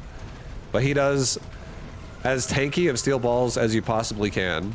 He has like energy absorb. He has link on balls. He has armor on balls. And I don't remember what his 4th upgrade is, but I think it's like mechanical division or some shit. But he has like extremely, or maybe he has range. I don't know. I think he has range actually. But the main three are he 100% has energy absorb, link, and armor. So his balls have like as much health as possible. And I was thinking, I actually had a hard time killing those with my marksman, my assault marksman. I was like, holy fuck, these things are so tanky because like the balls were getting kind of like high level. It was surprisingly difficult to kill. And I was like, dude, I should do strats where I have like hound ball and like hound ball marksman, but my ball is literally my tank. Not the guy with the wasp. Not that guy. There's someone else. The wasp guy, that's just, honestly, that's just like a cheese. That strategy, I know exactly what you're talking about. You're talking about the guy that was like, ball, wasp, ball, wasp, ball, wasp, ball, wasp, ball, wasp, ball, wasp. Not that guy. That strategy is very cheesy, I feel like. That one is not as scary. I feel like once you... If you just understand, like... You just need something that can kill the wasp and then something that can kill the balls. That one's not as scary. But like, I was just... The subtleness of like having a ball level up, and then once your balls are leveled up a little bit and you actually get spirit or like the health link on them, it's so much It's so much health addition to the steel ball when you turn that on. It's not even just because they share health. Each ball, each individual ball gets like over 100% more HP. You like double their fucking health. And then they all share health at the same time. Like the ball HP just fucking explodes. It gets so huge. You can have balls for like 50,000 health and shit with that. And what I was thinking is I already like Hound Ball Marksman a lot. But I was like, what if I just actually commit to more, like maybe like 7 squads of steel ball and make really, really tanky steel ball and then just run hounds behind it for chaff clear and then run marksman behind it with my assault mode for power clear. But now I actually, like, I feel like I rotate my tanks a lot with like, oh, sometimes I'll have tarantulas tanking, sometimes I have sabers tanking, sometimes I have giant units tanking, whatever. But a steel ball tank like that, when it scales up a little bit, it's actually fucking terrifying how strong that is. Because then it also makes the board, like, your opponent probably feels the need to think about things like they want to get like melting points to be able to really ramp up damage to kill those things. And then if you start swarming in wasp as well with barrier, just barrier wasp in there as well with all that shit, I feel like it could be so annoying. I actually think it could be a very annoying build.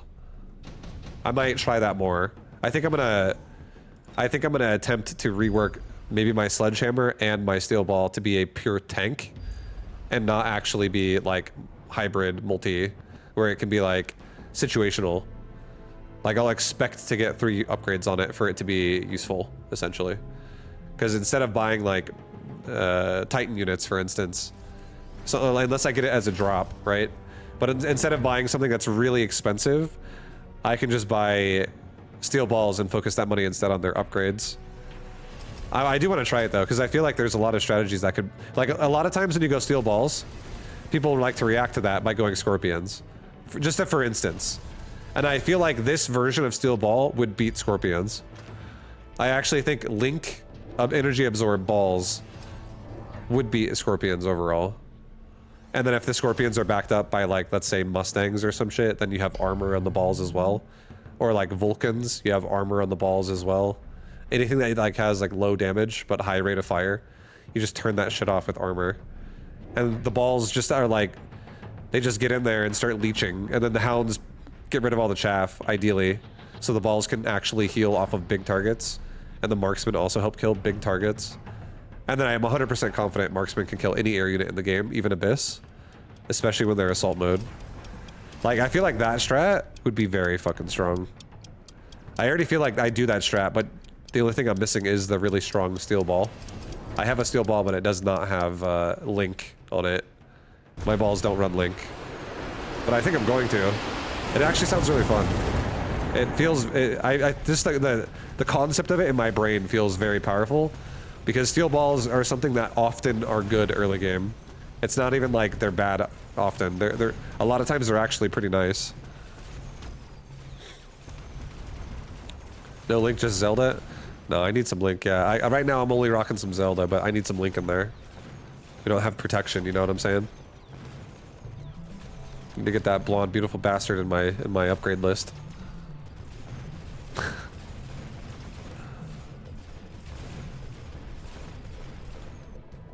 Bastard. Me and my wife started watching Game of Thrones again. We just finished up season 1. You a bastard? You want to be a bastard? Or men of the wall? Getting to see Joffrey all over again for his first debut. It's a great time. Great time. Did we read the books? I don't know if she's read the books. She's definitely the reader between the two of us. She reads often. She reads like every day. But I haven't read a book since I was in high school. And I'm 38. It's been a long time. I barely can read stream chat. Sacrilege. Yeah, I'm not really a reader.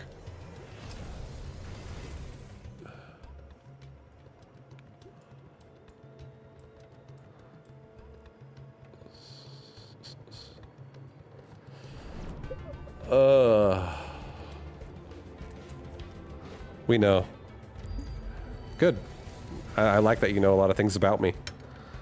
I'm happy. I don't read, I just make fucking hounds. You don't need to read to get hounds paralyzed in a tower. Ain't no book gonna tell you how to do that.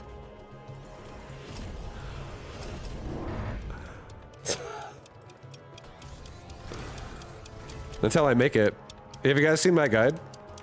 Learn Mecha.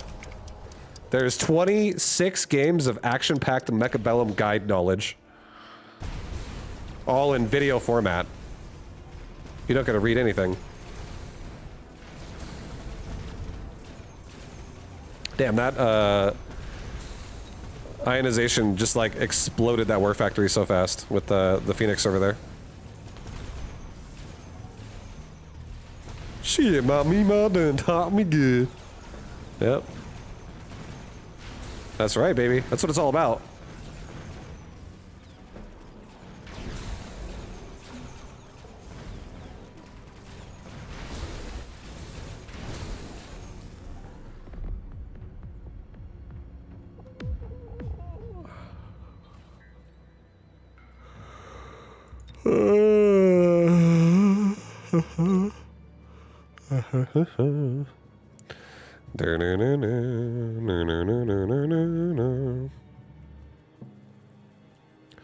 Another game coming up.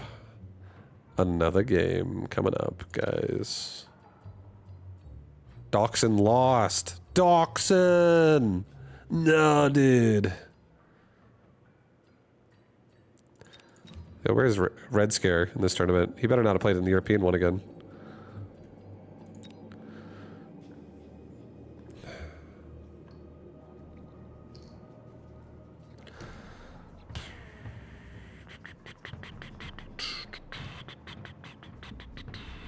Who's writing the Mechabellum book?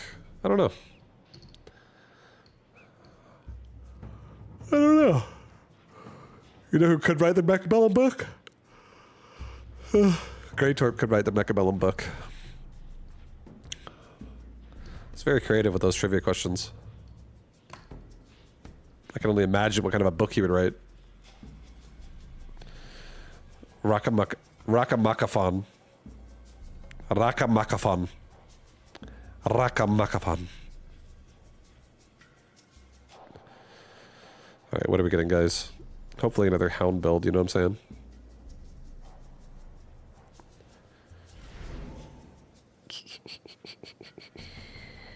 Giant spec.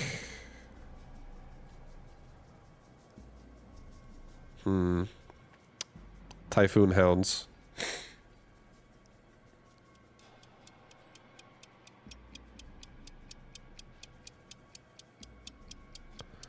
My teenage dirt bag, baby. Typhoon.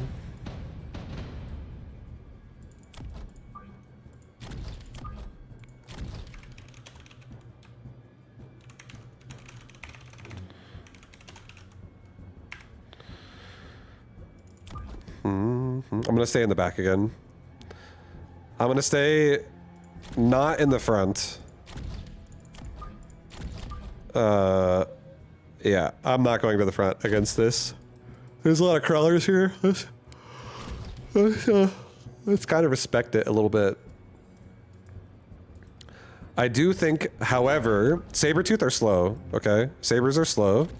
And because Sabers are slow, I think this is going to be okay if we just make hounds this round. And we're just going to absorb all the crawlers. Crawlers run in first. Wherever crawlers run in, they die. I hope I get a lock-on onto that Saber first and he does not put something in front. That would be nice. But yeah, we're looking like left side where the Stormcallers are is going to get assaulted first. I was kind of hoping he would be right side. And then my Storms would be able to siege him after the crawlers were dead. But obviously, you know, that's not the case. Looks like I might kill left Saber. Right side, though, we need some help killing those crawlers.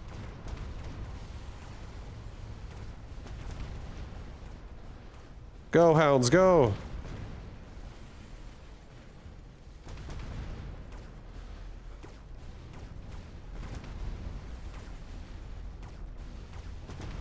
Ay, ay, ay.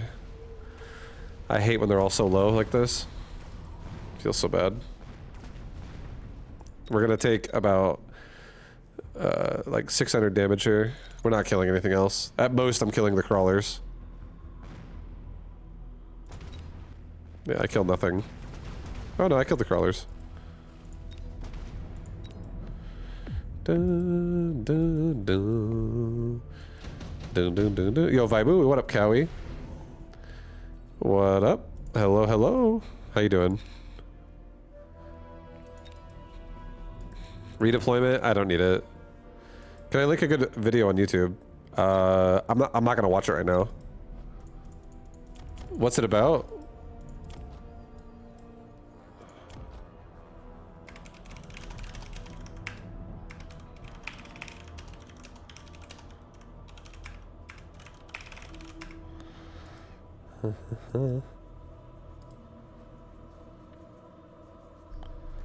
Dun, dun, dun, dun, dun, dun, dun, dun, dun.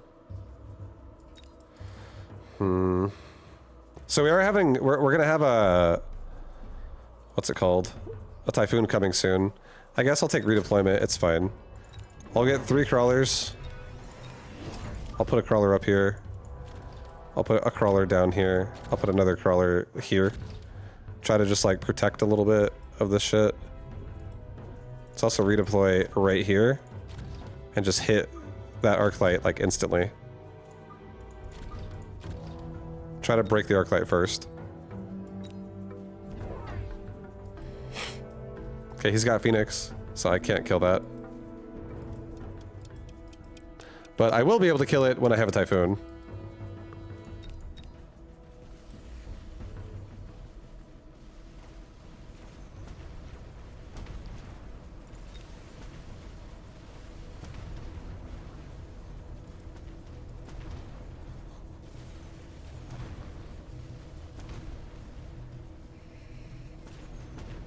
Ay, man.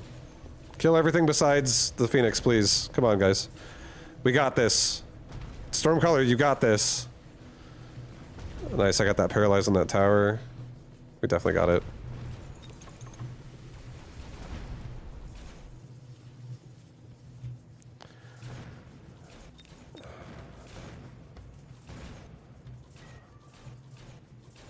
Mel.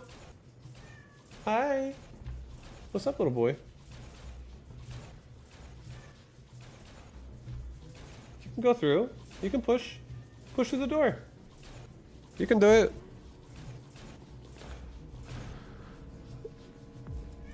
Nice, he ran out of time. So we did some damage. He has redeploy too. Okay. Melting point. Wraith. Ay, man. Ay, man. Some fucking power in this. He is speed spec, but he is also Arclight Saber. I'm curious what he's gonna take. Maybe he takes the Wraith. I feel like the Wraith could actually be very annoying.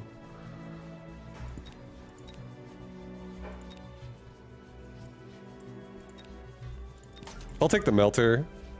I'm afraid of the Wraith a little bit.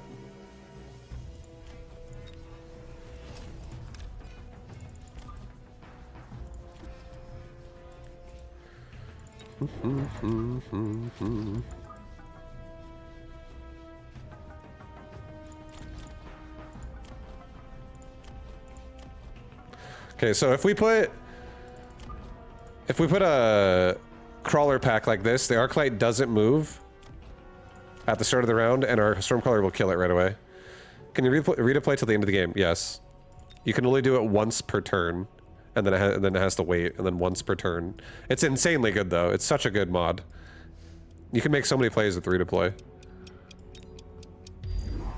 Okay, so he did take a Wraith, and it's also right where my Melter is, so my Melter has a great chance at being successful here. Looks like we're going to be successful. We're killing the AoE unit, the Wraith. Beautiful. We're also about to paralyze this tower. Let's fucking go, baby! Let's go! Melting point!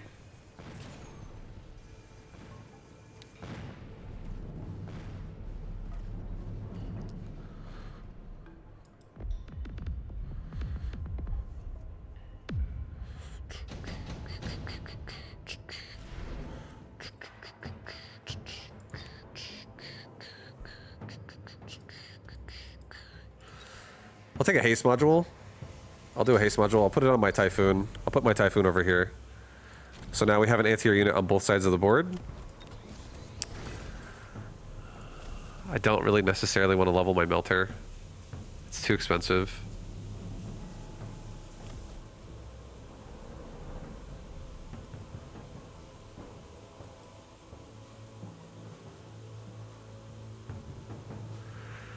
Huh.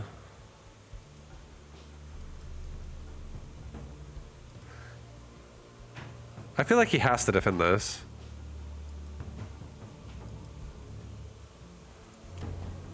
I'll get Rage. I think I'm just gonna get 2 more crawlers myself. Get a crawler pack like in the back of both my bases, of both my lines here.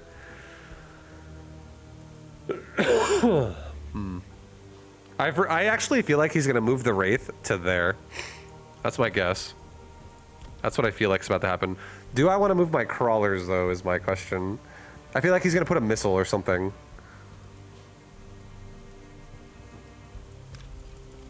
I think I move them. I think I move them here. Let's just give this Melter more protection. Like, more instant protection, and the Hounds more protection, because they have Rage now.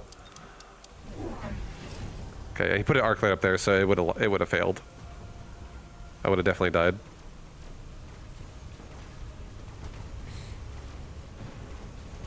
The Typhoons are getting good kills with the haste module.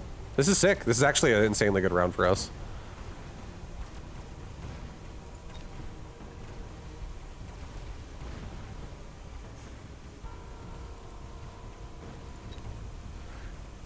I'm debating leveling this Melter.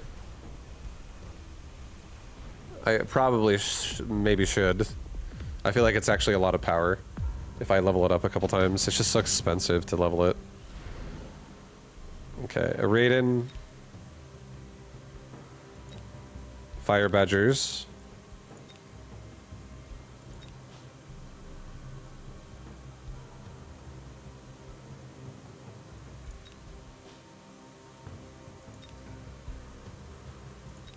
Here, I'll do a Raiden. I'll put it right here. And I'll level the Melter. Level my Hounds. Got another crawler pack, like right here. Protects me from that Arc Light. Let's also get a Stormcaller. Same thing over here. Let's just nuke that shit, like at the start of the round, with all of our Stormcallers.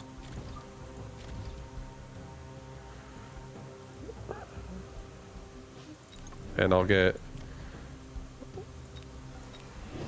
maybe like a Fang squad right here.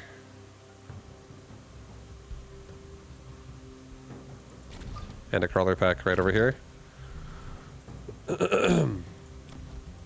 Now our units are going to spread out a little bit. This is overall kind of nice. I can always sell off that Raiden too, but the Raiden's going to come out the back now. Let's get 1-1.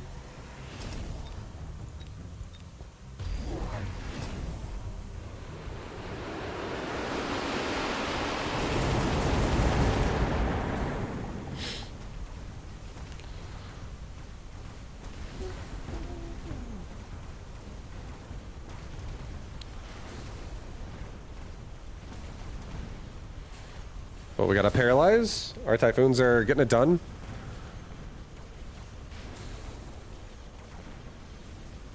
Kind of.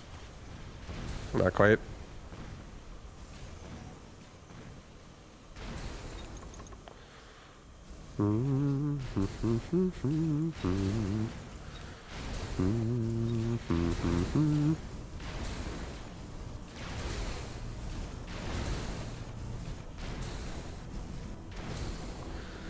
Dun dun dun dun dun dun dun dun dun dun dun dun dun dun dun dun.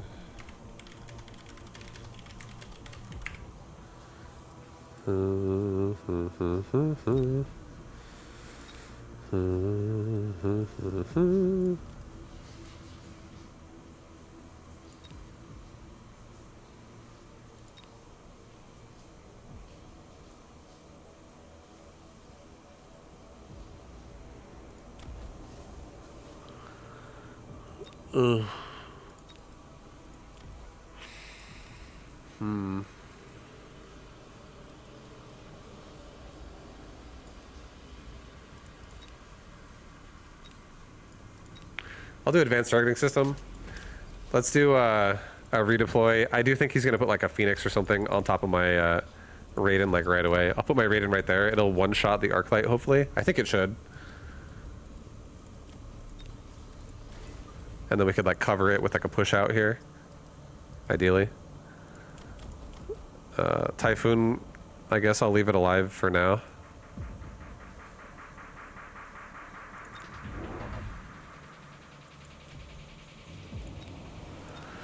Let's get loose formation. This is a great time for some loosey-goosey formations. Oh, baby! Our crawlers are not AoE-able anymore. See if I knock out that Arclight right away. Oof.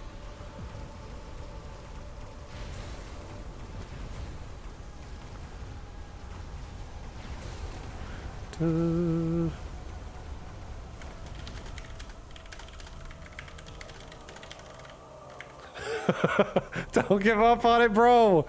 Rack-a-mac-a-pon, don't give up on charge shot.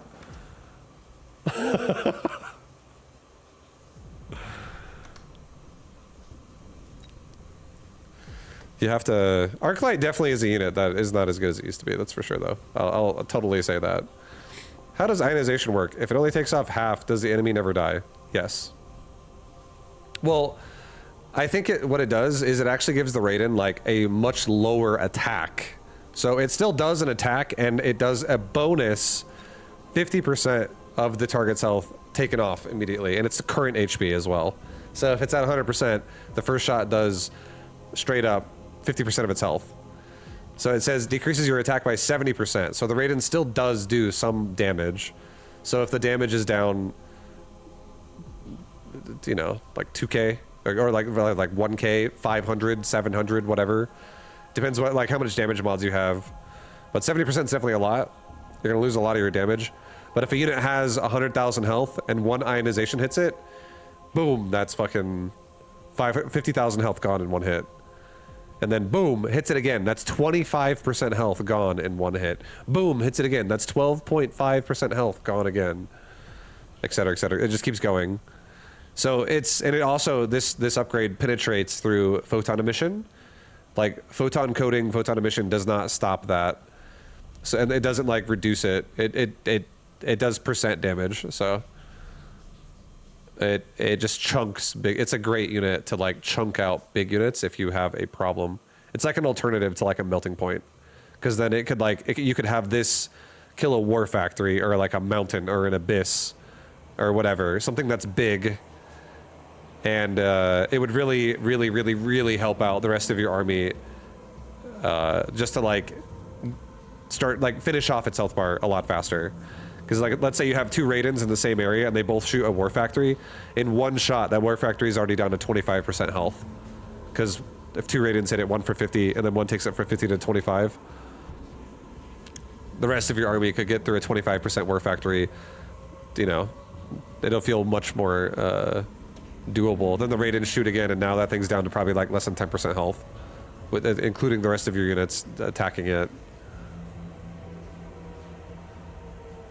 It's, I don't run it though myself. I actually think Raiden, believe it or not, if I want to go Raiden, I feel like the one thing I hate fighting against is when your opponent has too many units.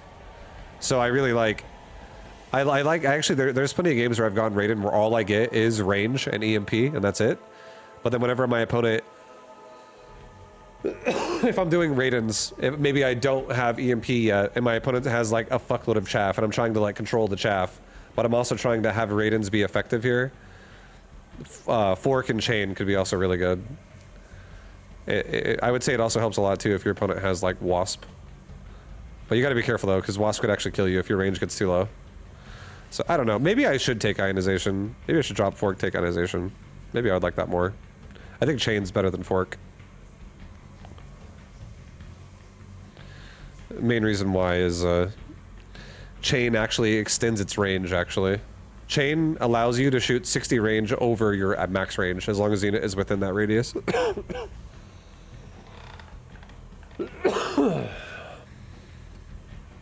Because the Raiden typically is going to shoot at things max range from itself. Unless it's like a chaff unit, obviously. That's running at it or something, like a crawler. But I'll do that. I'll actually use ionization on my Raiden again. Or no, that's not the right Raiden. That's the right Raiden. Rush. Rush. My rush set. Yeah, egophobic? Yeah, yo, high five, baby. High five. We're gonna bump up our minor points together all tournament, dude. Together to the top.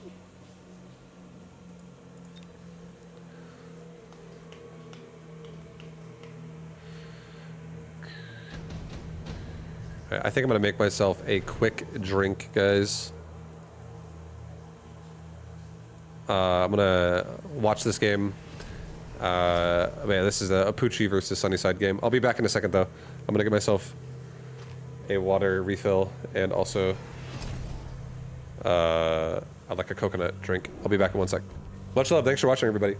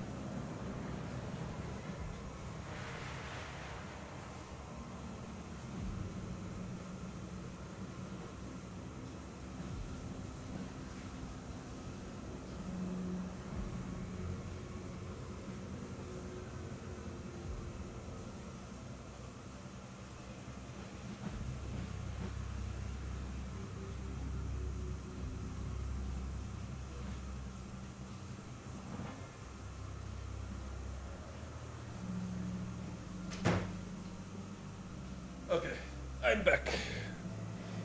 I am back. I got myself a liquid refill. Much needed liquid refill. I'm not sure, but that chain works wrong.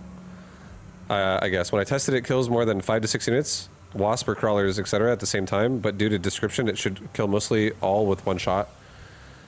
You're talking about chain on a Raiden? Where's the Raiden at? So, what this does, this is my understanding of chain on Raiden, you lose 20 range straight up like it says. But what happens is whenever you're shooting a unit, you still have only however many like hits you have. So like a base Raiden's gonna have 3, and a fork is gonna have 5, right? And if there is a unit that is beyond the range, can you show it again in a test mod? Sure. Or no, I can't because I'm in a tournament right now. I can't leave it. Well, I'll do it like this. This is what I understand about it. Okay, this will make sense. Paint is just a good descriptor. Here's your Mechabellum board, whatever. Let's say there's a Raiden right here, and let's say a Raiden is shooting at like a Vulcan right there, and let's say that Raiden is shooting at that Vulcan at max range, and let's say there's a Phoenix right there, and that Phoenix is behind the Vulcan, even though the Raiden is shooting at like let's make it like simple. Red is Raiden, and green, or let's just say green is Raiden, and red is Vulcan. Vulcan throws fire. It associates with red better. And let's say this little purple dot here is the Phoenix. If the Raiden shoots, again, let's say the Raiden's max range is this far. That's how far the Raiden can shoot. Like, that's it. It can reach around the Vulcan itself, 60 range further. So if you hit the Vulcan, it'll reach a radius that's like that around the Vulcan. So if it's further out behind the Vulcan, it'll reach it too, because it hit the Vulcan first and chained into the thing behind it. But it has to be activated off something within your actual range. So you can hit things that are behind the things you're shooting at. So and that's like a great example of it is when you fight things like, for instance, Vulcan and Phoenix, something big that like absorbs damage, and then a little like squishy DPS that sit behind it. The chain is great at countering things like that. But if you have like, let's say a chain shoots at like, let's say there's a pack of crawlers, right? Let's say this is now a pack of crawlers and they're running right into your Raiden's face. Chain does not make you hit more than 3. You still hit 3 regardless. Because it'll just, if all 3 hits happen, then they happen. But if 1 hit happens and 2 hits are available, because you can't stack damage on a Raiden. Like, even though a Raiden has 3 hits, it doesn't all hit 1 unit with all 3. If only 1 unit is within your range, 1 hit will happen, and then the other 2 will just be nothing. They'll just be like wasted, and they won't hit anything. They have to be separate targets. So it's great when you have units out just barely outside of the range, but within a 60-meter radius of the target you're shooting at. So again, like Vulcan Phoenix. Yeah, it's basically so you can reach a range squishy unit behind a tanky unit, and your Raiden is currently stuck. Because you're like when your Raiden gets into a point where it's like shooting at something, it's not going to keep moving forward unless it's on like a mobile beacon, for instance.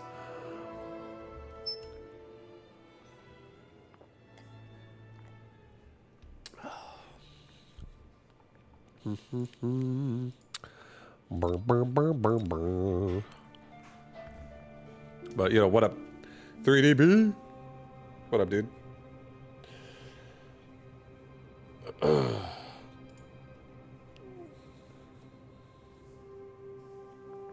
You're the AoE 4 dude, right? Just out of curiosity. I feel like I may or may not be remembering this right, but I think you might be. And if you are, what up, man? If you're that person, I remember you as a China AoE 4 mostly. So you're the China representative, or at least you were at the start of AoE 4. I remember you were the dude. I was like, guys, I'm really high ranked Chinese player. One of the only people higher than me is B. I remember you. I actually had a lot of fun playing AoE 4 at the very start, but I haven't played that game in years.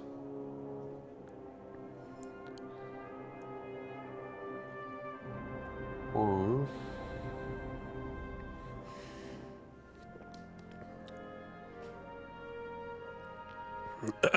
If you fork and range it, can hit Vulcan and 4 Phoenix behind it. Yeah. Yes. But keep in mind, if you get fork and range, you lose 35 range on the... It doesn't matter. So like the chain range of 60 This is isolated. It's always going to be 60. With the chain, again, the chain specific bounce is always going to be 60. But if you get fork and chain, you lose 20 range for a chain and you lose 15 range for fork on your base auto attack. So you have to get closer to the Vulcan to even shoot an attack. Which means your Raiden is a lot closer to maybe dying to something first. Like, you might actually fly in too fast and then just get killed by Phoenix or something if you turn both of those on. You really got to make sure you have something in the front that could, like, tank for it. No, I don't think it's per jump. It basically, remember that thing I just showed you? Do I still have it open? I closed it, shit. Whatever unit you hit with your first auto attack of the Raiden, that consumes one total hit, like one of your 3 attacks. Again, you could have 5 if you have fork. But that first hit, that's what bases the 60 range. All other hits have to be on something within that 60 range of your first hit. It doesn't repeatedly chain across. It's not like a chain reaction for like every hit. It's only the first hit that spawns more hits around it. And then however many hits you have available, either 2 or 4, based on if you have chain or not. Or sorry, if you have fork or not. Then, you know, if you don't have fork, only 2 more hits. If you do have fork, which turns it into 5 hits, then the first hit spawns 4 more hits.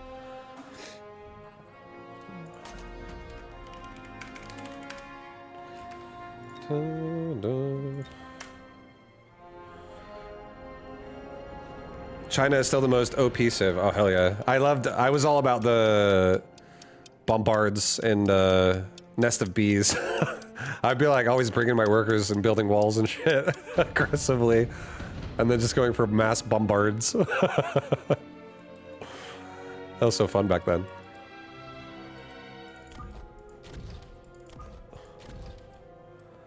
Okay. Alright guys, hound on hound action. I have Stormcaller. Definitely would, I feel like this should once again be a defensive board, not a aggressive board.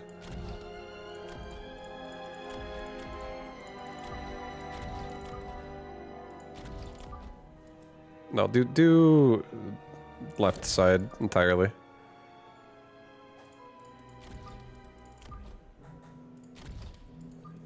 Okay. Okay, so here's the beautiful thing. You guys know a nice trick? Yeah, you know this unit called a crawler? Look at this. This unit has 277 health. Look at a hound. It does 246 damage. So 246 versus 277. You put one of these small amp cores on your hound, and now you're doing 300 damage instead of 246. So now you're one-shotting crawlers. So if our opponent, who is very good, goes for crawlers round 1, we are going to one-shot them, which is going to be really nice at getting our hounds. Like, normally a level 2 hound is what you need to be able to do that, but we can do it at level 1 with Amplify Specialist. Hound's best unit? Okay, this is... I'll tell you what a hound is, okay? Hound is absolutely my favorite unit for 100 cost, for like chaff clear, for AoE. And the reason why... it pushes the line, it pushes the concave the fastest. It's fast enough to stay with the push. Like, it consistently keeps up with your quick units. A lot of other AoE units tend to be slow and they like get run away from. Like, they start off shooting and then things just run away from them as the push continues.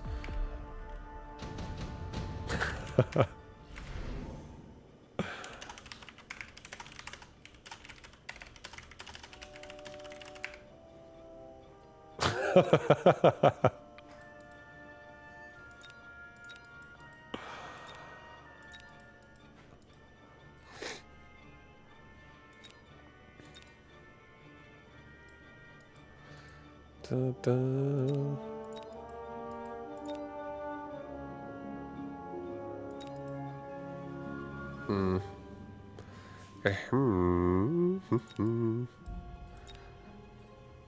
Alright, we're gonna take a tarantula and I'm gonna put 2 more hounds over here. Yeah, like over here. And we're gonna put a fatty tarantula in the front, tank for us. Let's get HP. because this we want this dude to live for a little bit longer. Not on him specifically, but on everybody.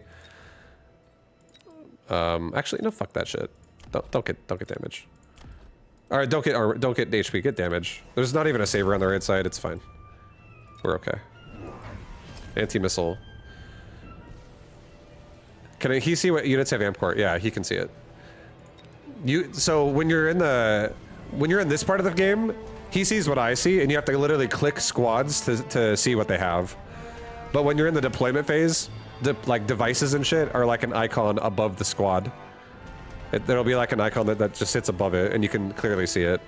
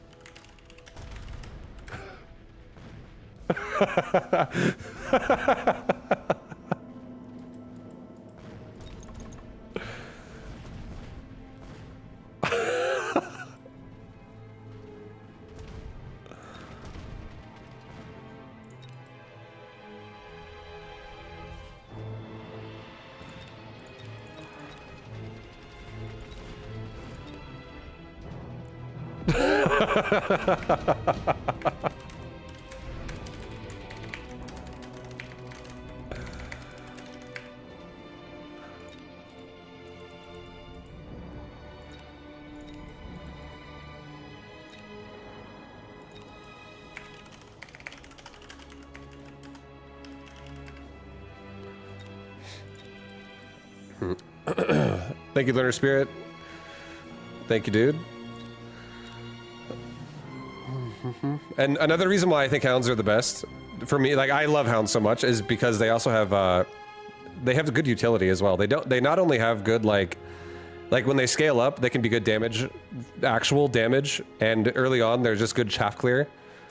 But once you have fire extinguisher, you really protect yourself from like fire for like crawlers and things like that. And once you have armor, you also protect yourself. You can like counter so many units in this game with armor as well. It's pretty nice. It is pretty nice. Alright, I'm gonna do a wasp swarm myself. I'll put it there.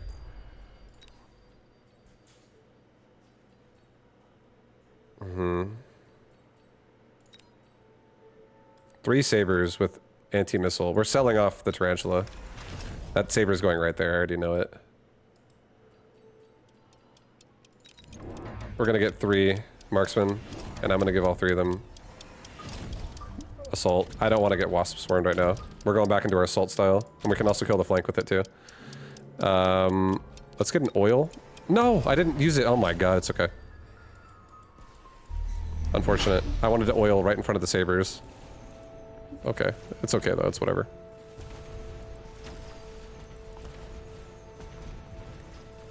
Best counter to hounds? There's a lot of things that can counter hounds if hounds aren't protected properly. Arc lights can counter them if they're able to shoot at them. Void eyes could definitely counter them. Marksman can counter them. Anything that could kill them quickly can definitely make hounds feel worse. But as long as you have chaff in front of your hounds, hounds can be hard to kill.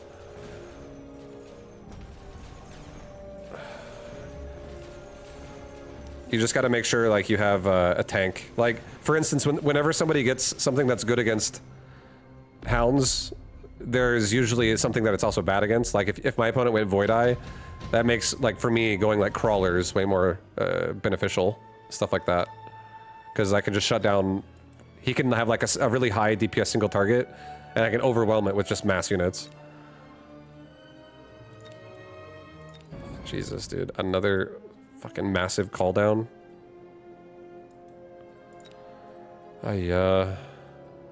This is so expensive. Let's just he also has anti-missile. I think we just do a mothership, it's okay. Put it here, sell off my storm. They're getting zoned out by a bunch of anti-missile. Get range on hounds, level them up. I'll get one more crawler pack back here. I'll get a nice oil right there. Slow him down pretty hard. I'll get another 2 marksmen. right there, and right here. Just more Mark's power overall.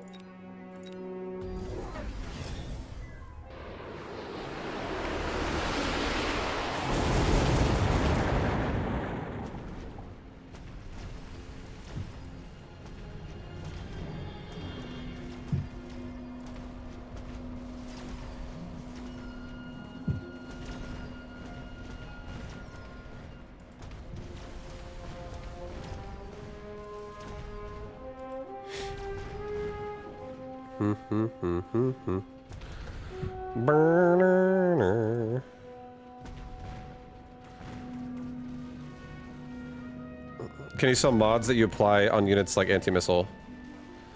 No. You can sell device, like if you sell a unit, the only thing you get back is the level up investment and devices. So if you have a unit that has a device on it and you sell it, the device goes back into like your available inventory and you can put it on something else. But if you give a unit an upgrade, like a tech upgrade, that's permanent. And if you build another one, it has it. So like if you sell off all your units with a tech, but you buy another one, it'll still have it. And if you never buy another one, the units you're not using will still have tech that's just not being utilized. So it's a sunken investment. You can't get it back.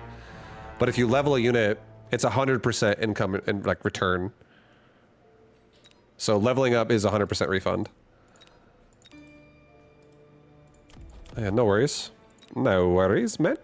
No worries. Firepower control system, take this shit. Range up, my marksman. We're ranging this up right now. Time to range.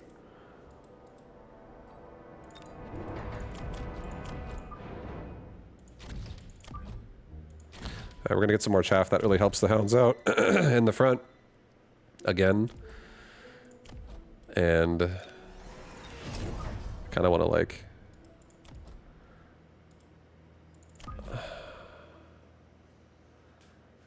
I just want to protect myself from missile devices. But I also don't want to be too wasteful. This is pulling me back to, like for a little bit.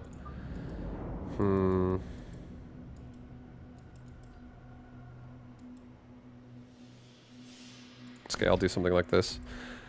I do also really want to go for something big. Like, I'm saving at 250 right now. Next round might actually be building a mountain. This board might be mountain board.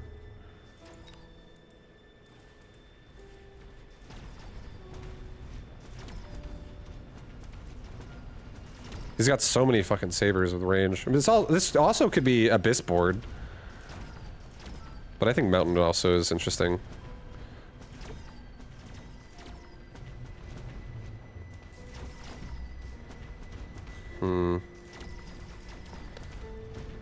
My marksmen are struggling here, dude. They're too low level. I'm not able to get through the sabers.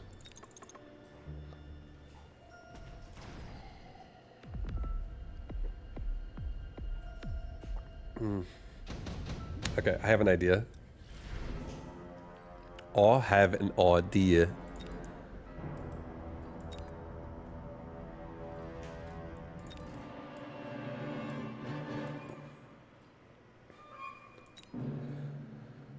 All right, I'm gonna take the Wraith. I'm gonna put it right here. I'm gonna get myself Phoenix. I'm making 3 of them. Putting a Phoenix like right here. Putting a Phoenix like right here. Putting another Phoenix like right here.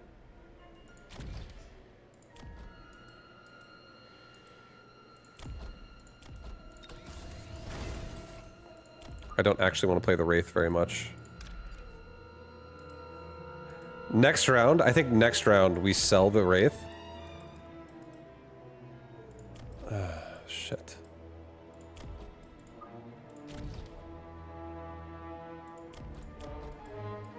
Okay. I don't really want to get... If I get range... That's fine, I'll get range. I'll just try to keep the Phoenix, like, further back.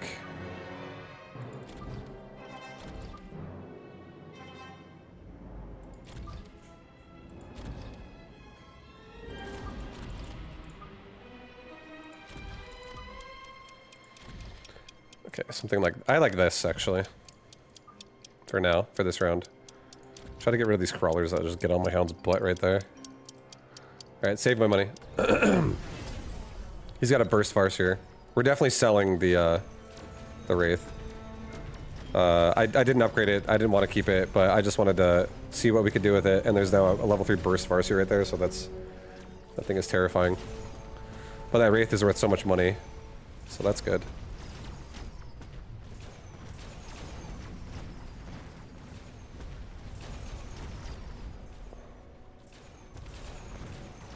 Yeah, Doxin might kill us right here. Like, not this round, but...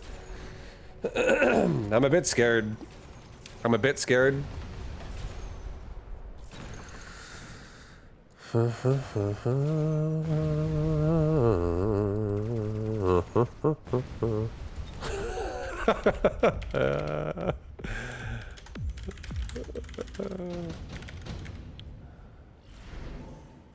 Alright, fire. Aye. Fire is a big round. This is a big round. But I think I'm gonna skip. It's all expensive. I'm gonna buy a mountain. I'm gonna sell the Wraith. I'm going to level my marksman. I'm going to level my hound. I will level my phoenix. I am going to get a crawler pack even closer to right here. This guy needs to have some help. These hounds are just dying so fast. If I get a level 1 mountain, how much range are we talking here? 140 versus 135. Barely. Oh my fucking god.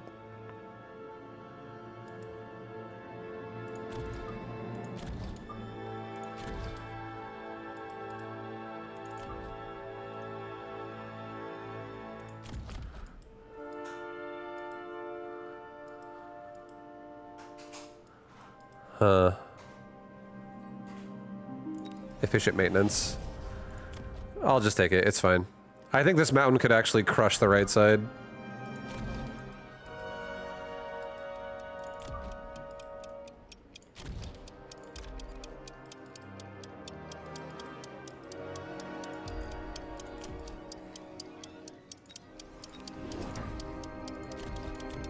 Damage for everybody.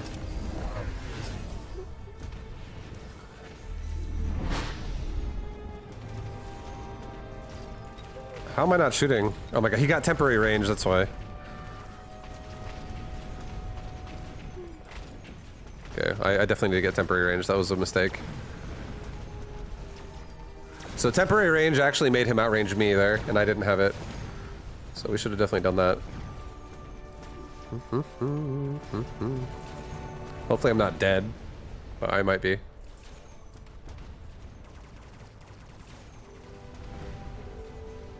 Yeah, we're dead. GG.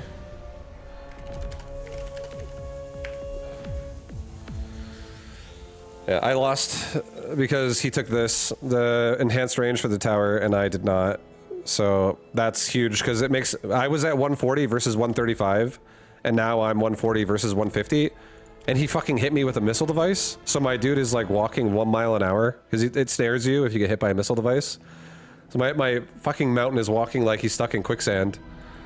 And then these 3 sabers that have just now only 10 more fucking range than me are just getting like 2 full volleys off. So he fucking dies.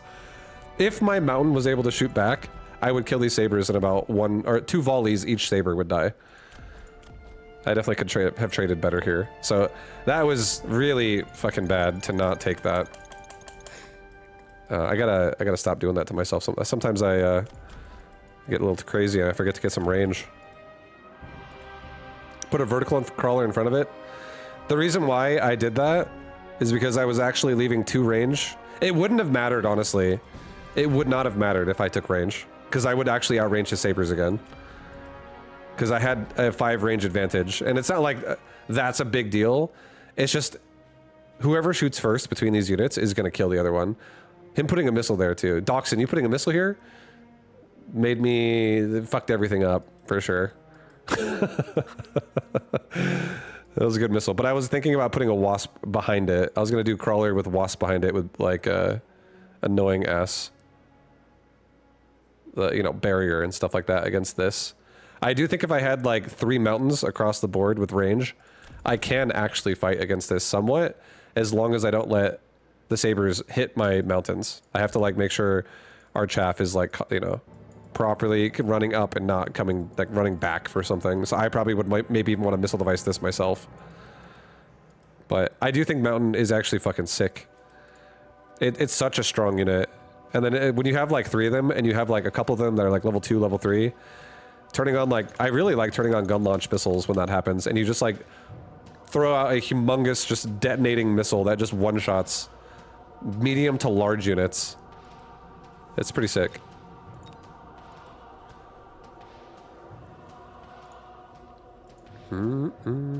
But yo, GG Dachshund. GG.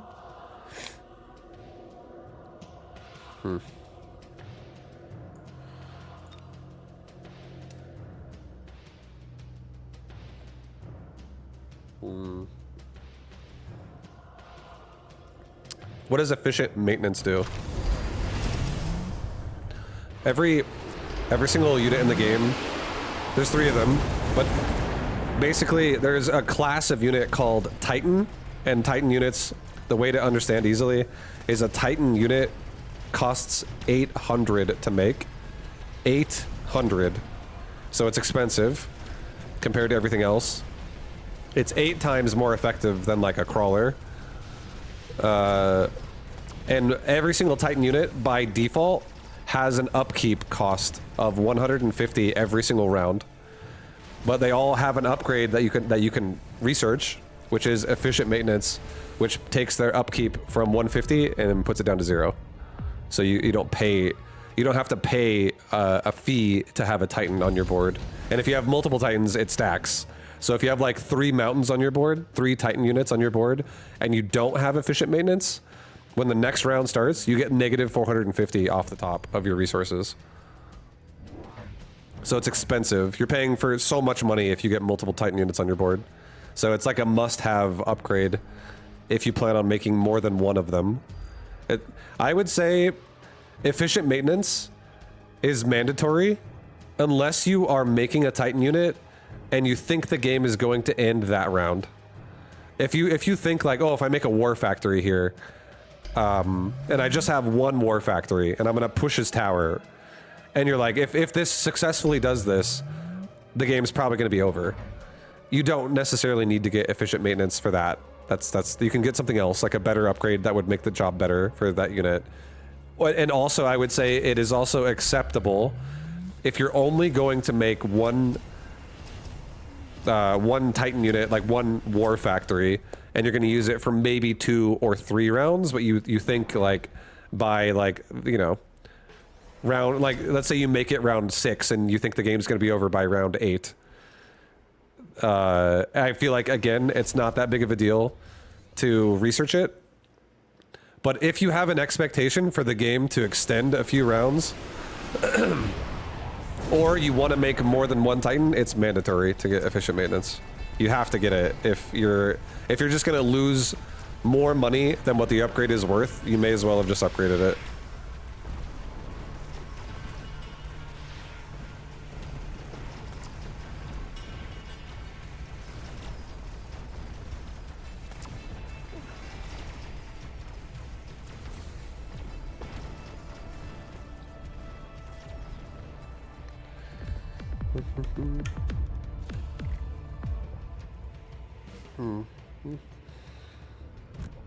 I think there's only 1 more round in this tournament, I think, right? Is there? What's the scores? Yeah, there's only 1 left. So this is our last round. Last round. Dachshund just killed us. Egophobic and Dachshund are the 2 that killed us right there. Just took me out. But yo, dude. Yo, dude. We're gonna close out hard. 5-2, baby. You're in 5th. Yo, hell yeah. Rendash. Hey, you're crushing, dude. You lost a whooped? Whooped is good. Damn, you beat that guy? Unable to download. Uh-oh. Unable to download. That guy's pretty good. That Zauji.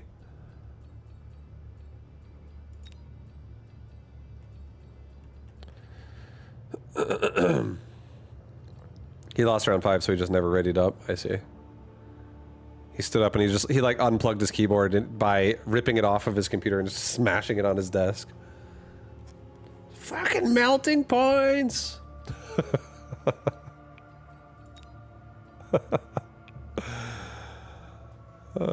You're bad, but you had a great draw this tourney. Where are you at, Ian? Oh, right there. You're ahead of me. Nice job, dude. Hell yeah. Good for you. Crushing.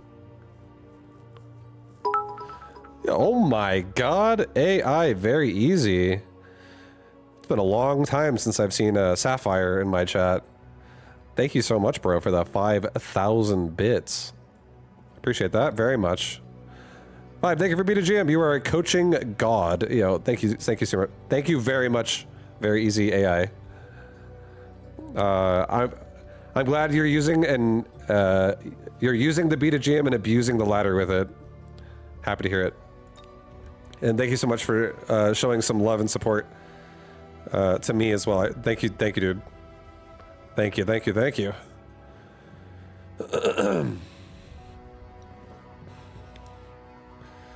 Oh yeah. Nadine, we got a Sapphire.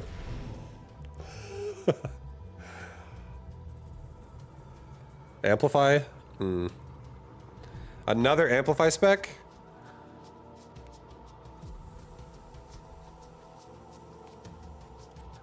Rhino? I'll do Rhino. It's Rhino time. It's Rhino time. We're up against Hounds that do have armor and Mustangs as well. Okay.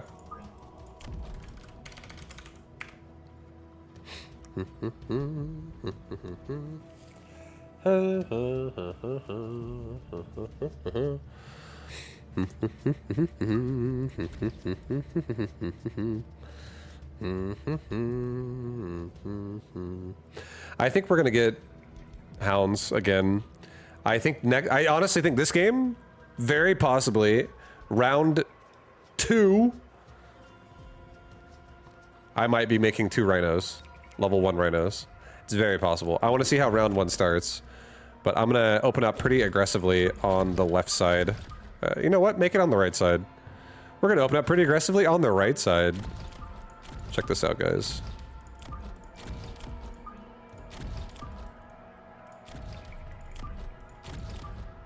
Okay, so we're like hard stacking one side pretty badly. Big stack on the right side. Big stack. Okay, go with that. Okay, he's also hard stacking the right. So I will see. Do I want to make Rhinos? I mean, it's kind of crazy, but maybe.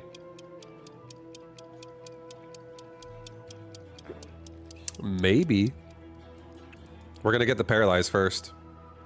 But hopefully we're not dead before that.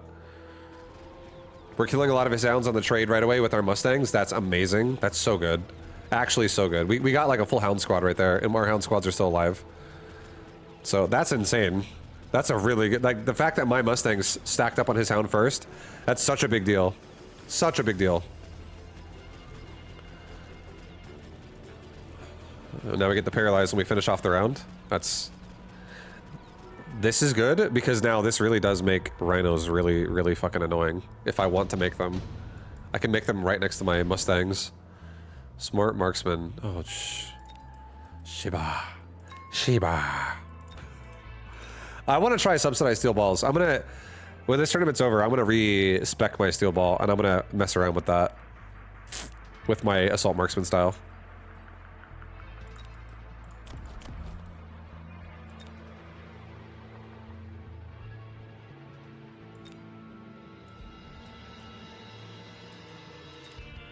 Okay, we're gonna do a deployment module. I'm gonna put it on a crawler. I'm gonna put this crawler over here. And I'm going to get 2 rhinos, and I'm gonna put a rhino right here. And I'm gonna put another rhino like right here. And now we're just gonna have 2 rhinos enter the fray and protect my hounds even more. And then hopefully paralyze the tower even faster. Okay, so he's got a hound pack there. Should have maybe put my crawler pack all the way to the side. So thank God some of them are still going for the tower, at least. Not all of them, but at least some of them are going for the tower, so that's good. If they were further left, more of them would have went for the tower. But at least some of them still do. And now these rhinos are... If these rhinos are covered by a paralyze, oh boy. Are they gonna fucking fruit ninja his board out? They're gonna chop suey it up. No, all the crawlers turned. Oh well. Well, there's no paralyze happening now. But my rhinos are tanking like champs. Our hounds haven't even been touched yet, and we got through all of his hounds, so we still win the fight. And we have a deployment module on that crawler pack, so we can move it again. I think we're going to move it into the top right flank next.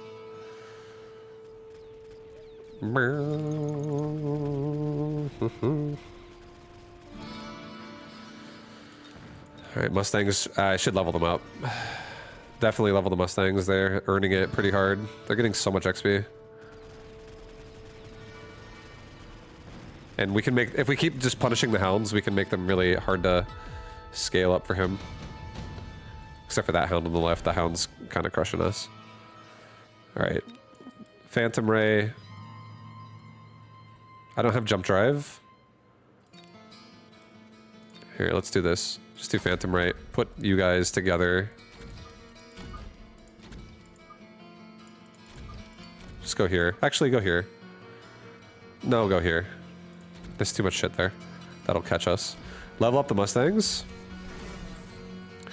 Let's get 1 more crawler. That just like initiates this fight for us. And maybe another crawler here again. Let's not get clipped by the rhino here getting missile striked. Same with our hounds. Maybe more to the left here like this. Let's just make sure, yeah, like no missiles. No missiles on entry. These could hurt really bad, so. None of that. None of that crap.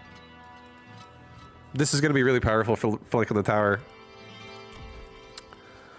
I guess I'll get a hound pack. Hopefully my hound pack is able to avoid this fight for such a long time that...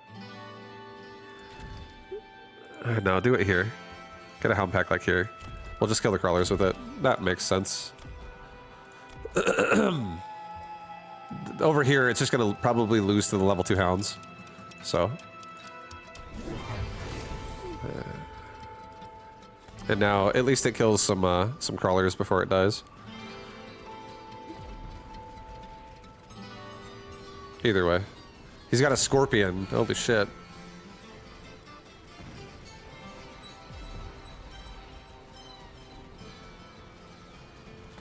We're gonna get paralyzed. I don't know if I'm gonna win the round, though. My Phantom Ray might be able to do it. We'll see. 2 of them are really healthy. 1 of them is about to die.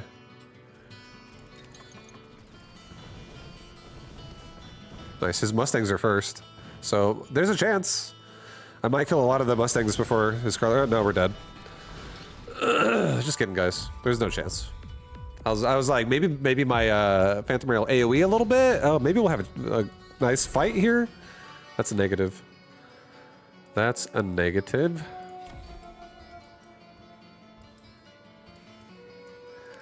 Okay. Attack of all units, range device, rhino assault. Shit.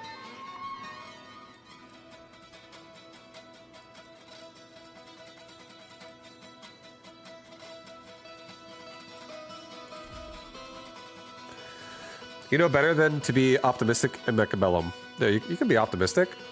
You can be optimistic. There's a lot of things to be optimistic about. You know what I'm going to do this round? I'm going to get a mobile beacon, and I'm going to get mechanical rage. I think I'm going to do a laser sight on a Mustang, probably.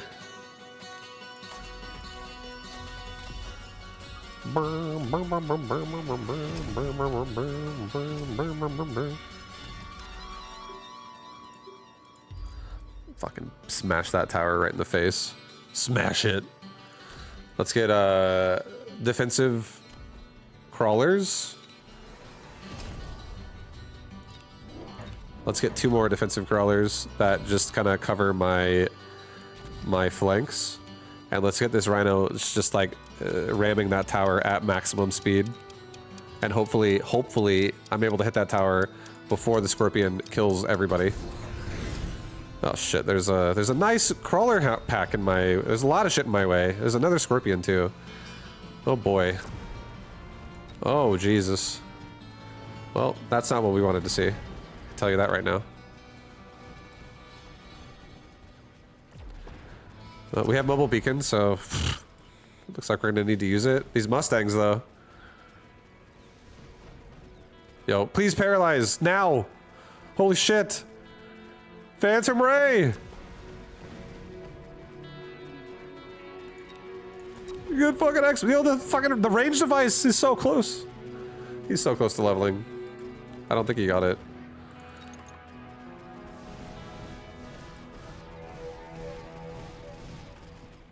Ay, ay, ay. Ay, ay, ay. Alright, I'm about to sell these Phantom Ray, dude. Phantom Ray are just not gonna get done right now. Mass-produced rhino. It makes my current rhinos worse, unfortunately. Extended range Phantom Ray. No.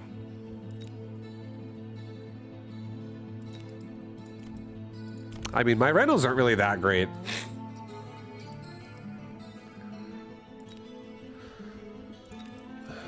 We have... Okay, you know what we're doing it. We got speed as well. I'm doing it. I'm gonna get 2 more Mustangs over here that are just gonna help control this chaff situation. I'm also gonna have this rhino run downtown.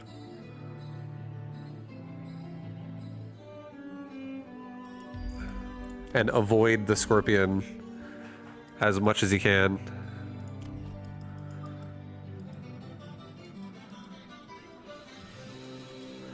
And I think I'll put a crawler pack, like...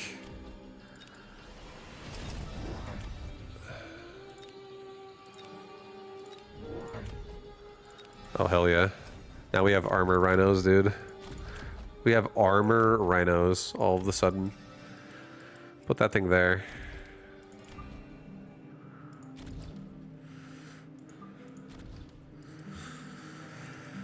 Oh, God.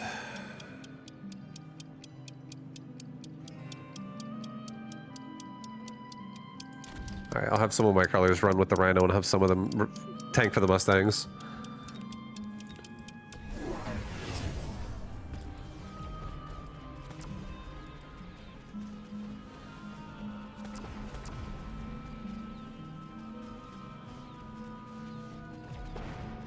Run, Rhino, run, dude!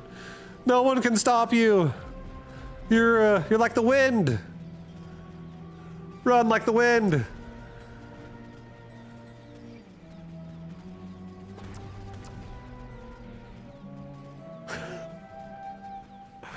Oh, he's holding. Oh my God, get the tower, please. He's double paralyzed right now. Oh boy.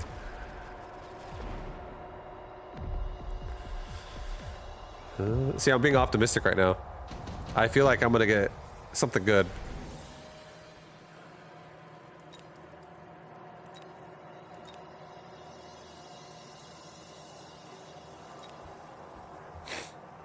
Getting a Wraith. I'm putting it right here. I'm also putting armor on this Wraith. I'm not fucking around right now, guys. Level up the Mustang. I'm gonna get 3 more rhinos. Putting 1 right here. I'm putting 1 right here. Putting another one right there.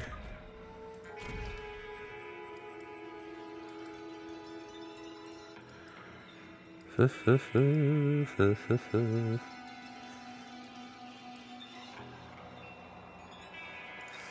right, missile device this crawler pack right there and have this rhino specifically ram that fucking scorpion and then hit the tower right when he's done.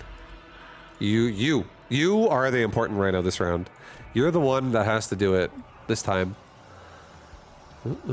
Is it still tournament? This is still tournament, and we're doing mass-produced rhino madness right now in this tournament. That's how we're sending it out.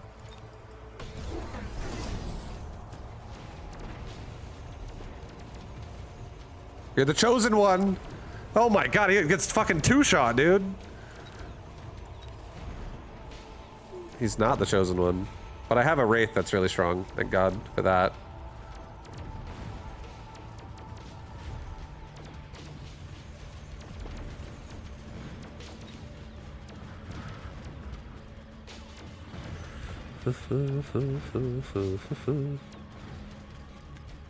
It's working, guys.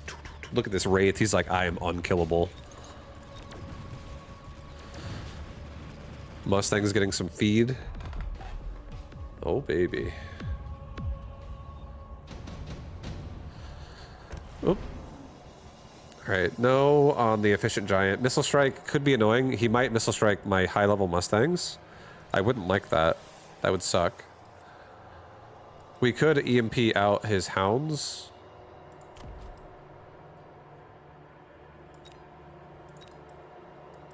I could missile strike right here and kill his Mustang and his hound. I think we do missile strike ourselves. And if he doesn't respect it, we just like smash a very important chunk of units. Let's respect it. Let's respect it a little bit on this side. Level up all my Mustangs. We'll just like protect both squads slightly with one greedy barrier. This rhino right here, I bet he threads the needle, dude. This guy threads that needle. Put a crawler pack right there. This dude just threads that needle and goes right. No, too much. Right there, and then go right into that tower. Thread that needle. Crawlers will be busy on crawlers. Level up.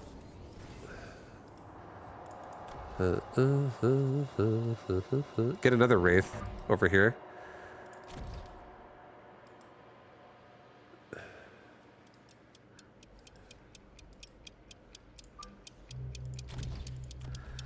Get a crawler pack, like, in the back of this tower. Damage and get move speed. Oh my god, there's fucking scorpions everywhere.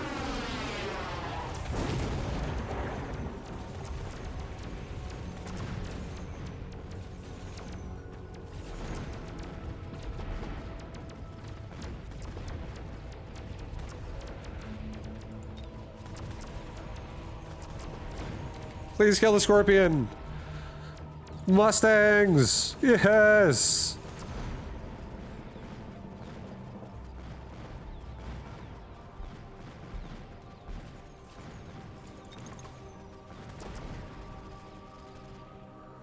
You guys ready for another round? Here comes another one. Here comes another sweet round here. Oh, move speed. Let's go. He might light me on fire. Once again, I should probably get a barrier. And a barrier. Just to be extra safe. Again. This is double shot. We should get photon coating.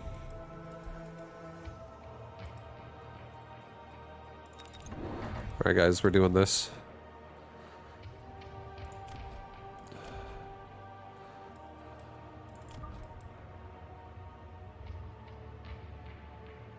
He's got aerial special. Do this. Yeah, maybe. We'll get a Mustang squad behind this on both sides, and we're definitely not winning this side of this round. But hopefully, again, we can get a paralyze going on here. Let's get this crawler pack out of the way.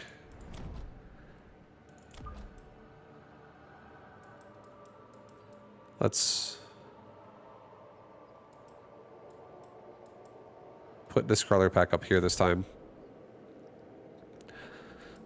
maybe give them a little bit more help for a second.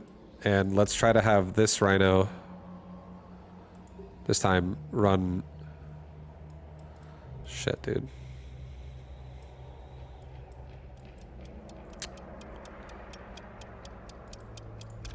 This rhino runs here and into the tower.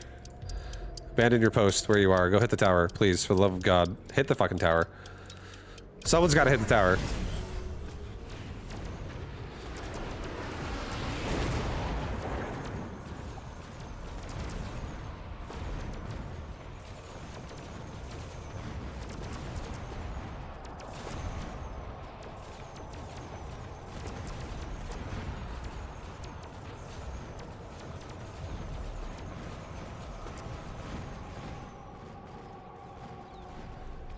Getting through a lot of it again. But we're not beating the Mustangs at the end of the round again. We're so close. These towers are so well protected. Ay, ay, ay. Ay, ay, ay, man. These towers are fortified. They're fortified, man. Fortified. Alright, we got some aerial specialist wasp owning my ass. That's all he's got, though. So let's go ahead and get a range and an 8-shot. Upgrade this guy. Yeah, that felt pretty good. I'm gonna sell off this top rhino. He's literally doing nothing. Still have the Phantom Rays. They're even doing more nothing. They're doing even more of nothing. Let's level up the Mustangs.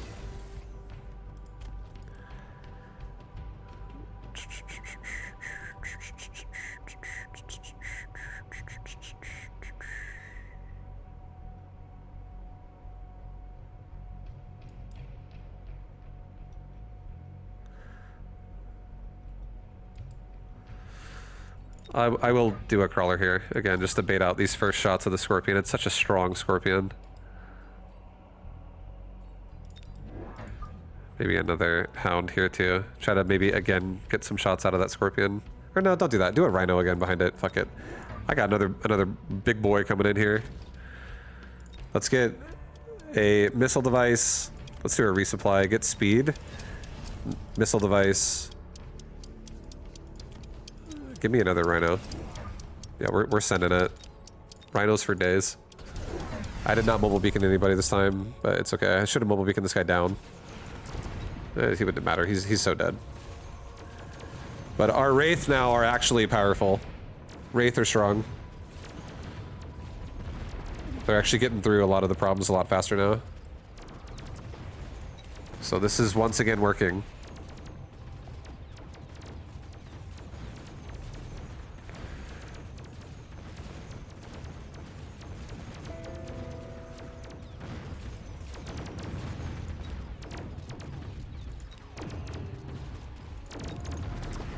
Alright, next round, let's just, at the start of the round, let's get range and speed temporary, like, instantly. And let's rapid resupply, instantly. Let's just not forget about it, because it's important. This is crunch time. This is the final round, guys. 2 rank 6 arc lights. Jesus. A level 2 war factory, or a level 1 war factory for 200.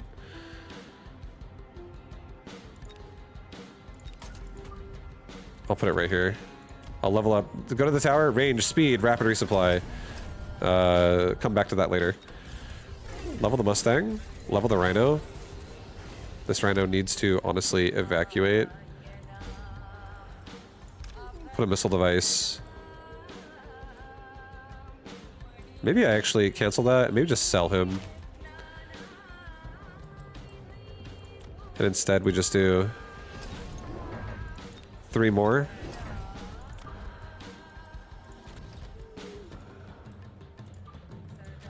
And we like stack the back of this war factory. Let's get a missile device for this group. Really try to just kill some of the wasp. And maybe mobile beacon this particular Wraith over here this round. We'll have it meet up with the other guy. Let's also get a level up on my right tower. And we'll just kind of reinforce our war factory.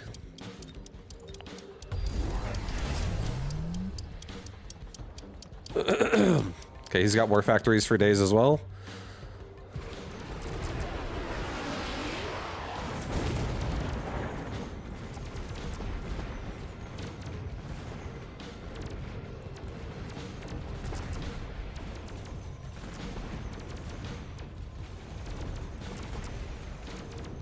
I think we got it.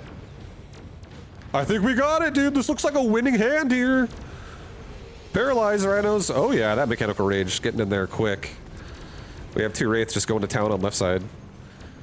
Also getting the tower again. So those rhinos actually stay alive and kill the war factory. You guys level up? Yes, you did. But this might be last round. Since they survived, this might be it.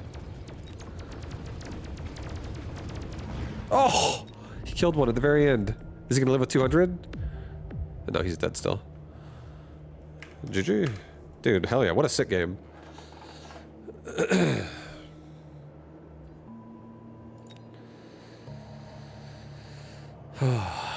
That mass-produced Rhino, advanced power system, Rhino specialist. We just have like, it's like a fucking stampede. The fucking... It's like an elephant stampede or something. Or you know what? It's like rhinos. But for real ones. Stampeding everywhere. Rhino stampede.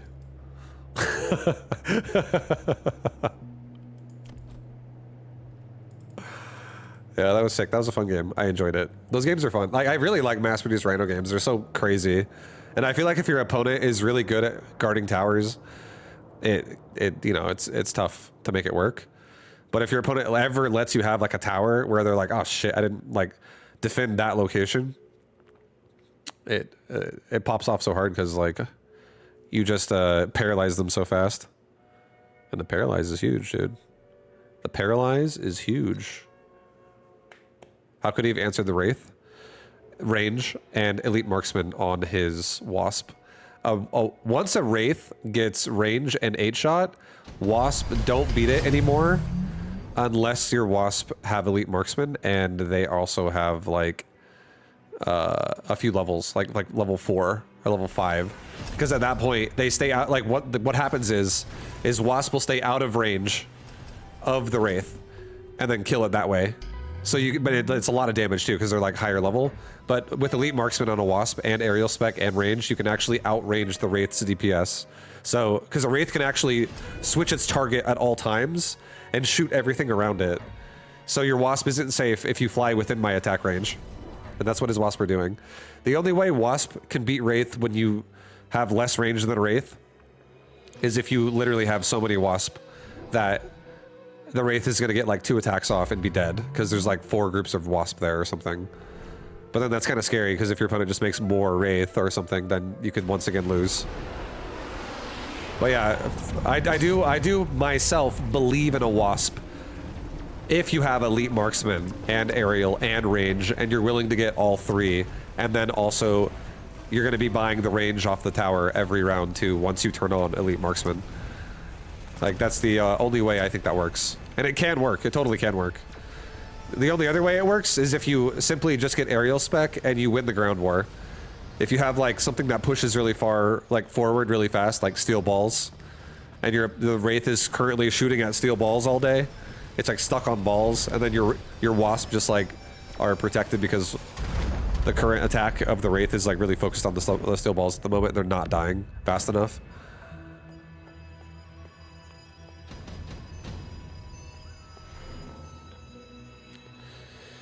They need a word for units that have multiple weapons that try not to overlap. Yeah, I see I know what you mean. Split shot or something. The splot. You know those splot units, dude? Those split shot? Them splotters.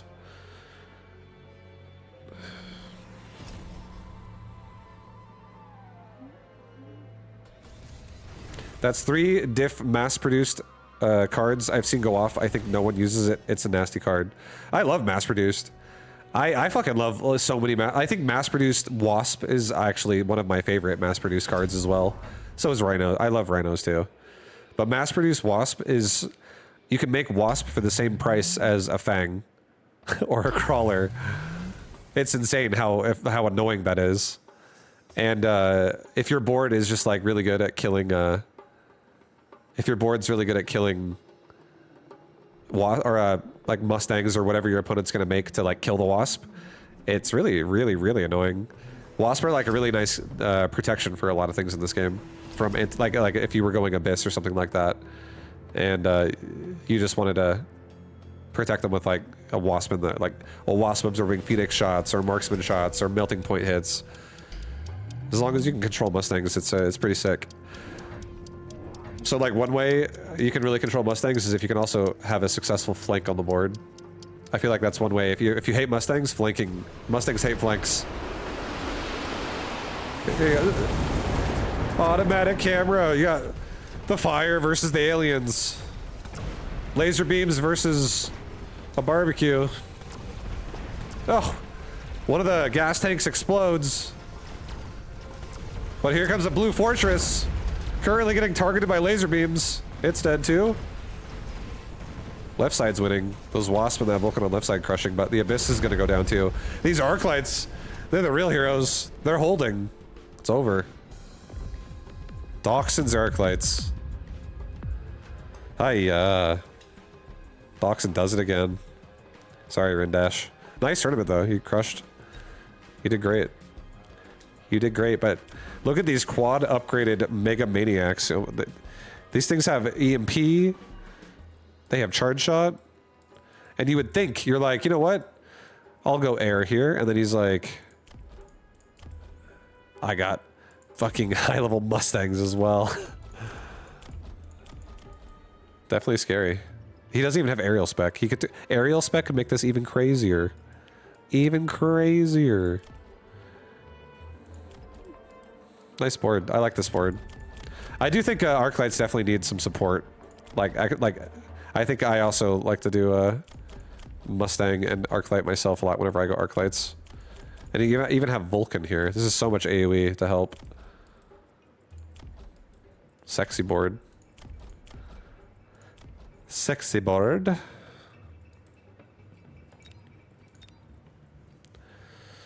I got 7th place, guys. Top 7.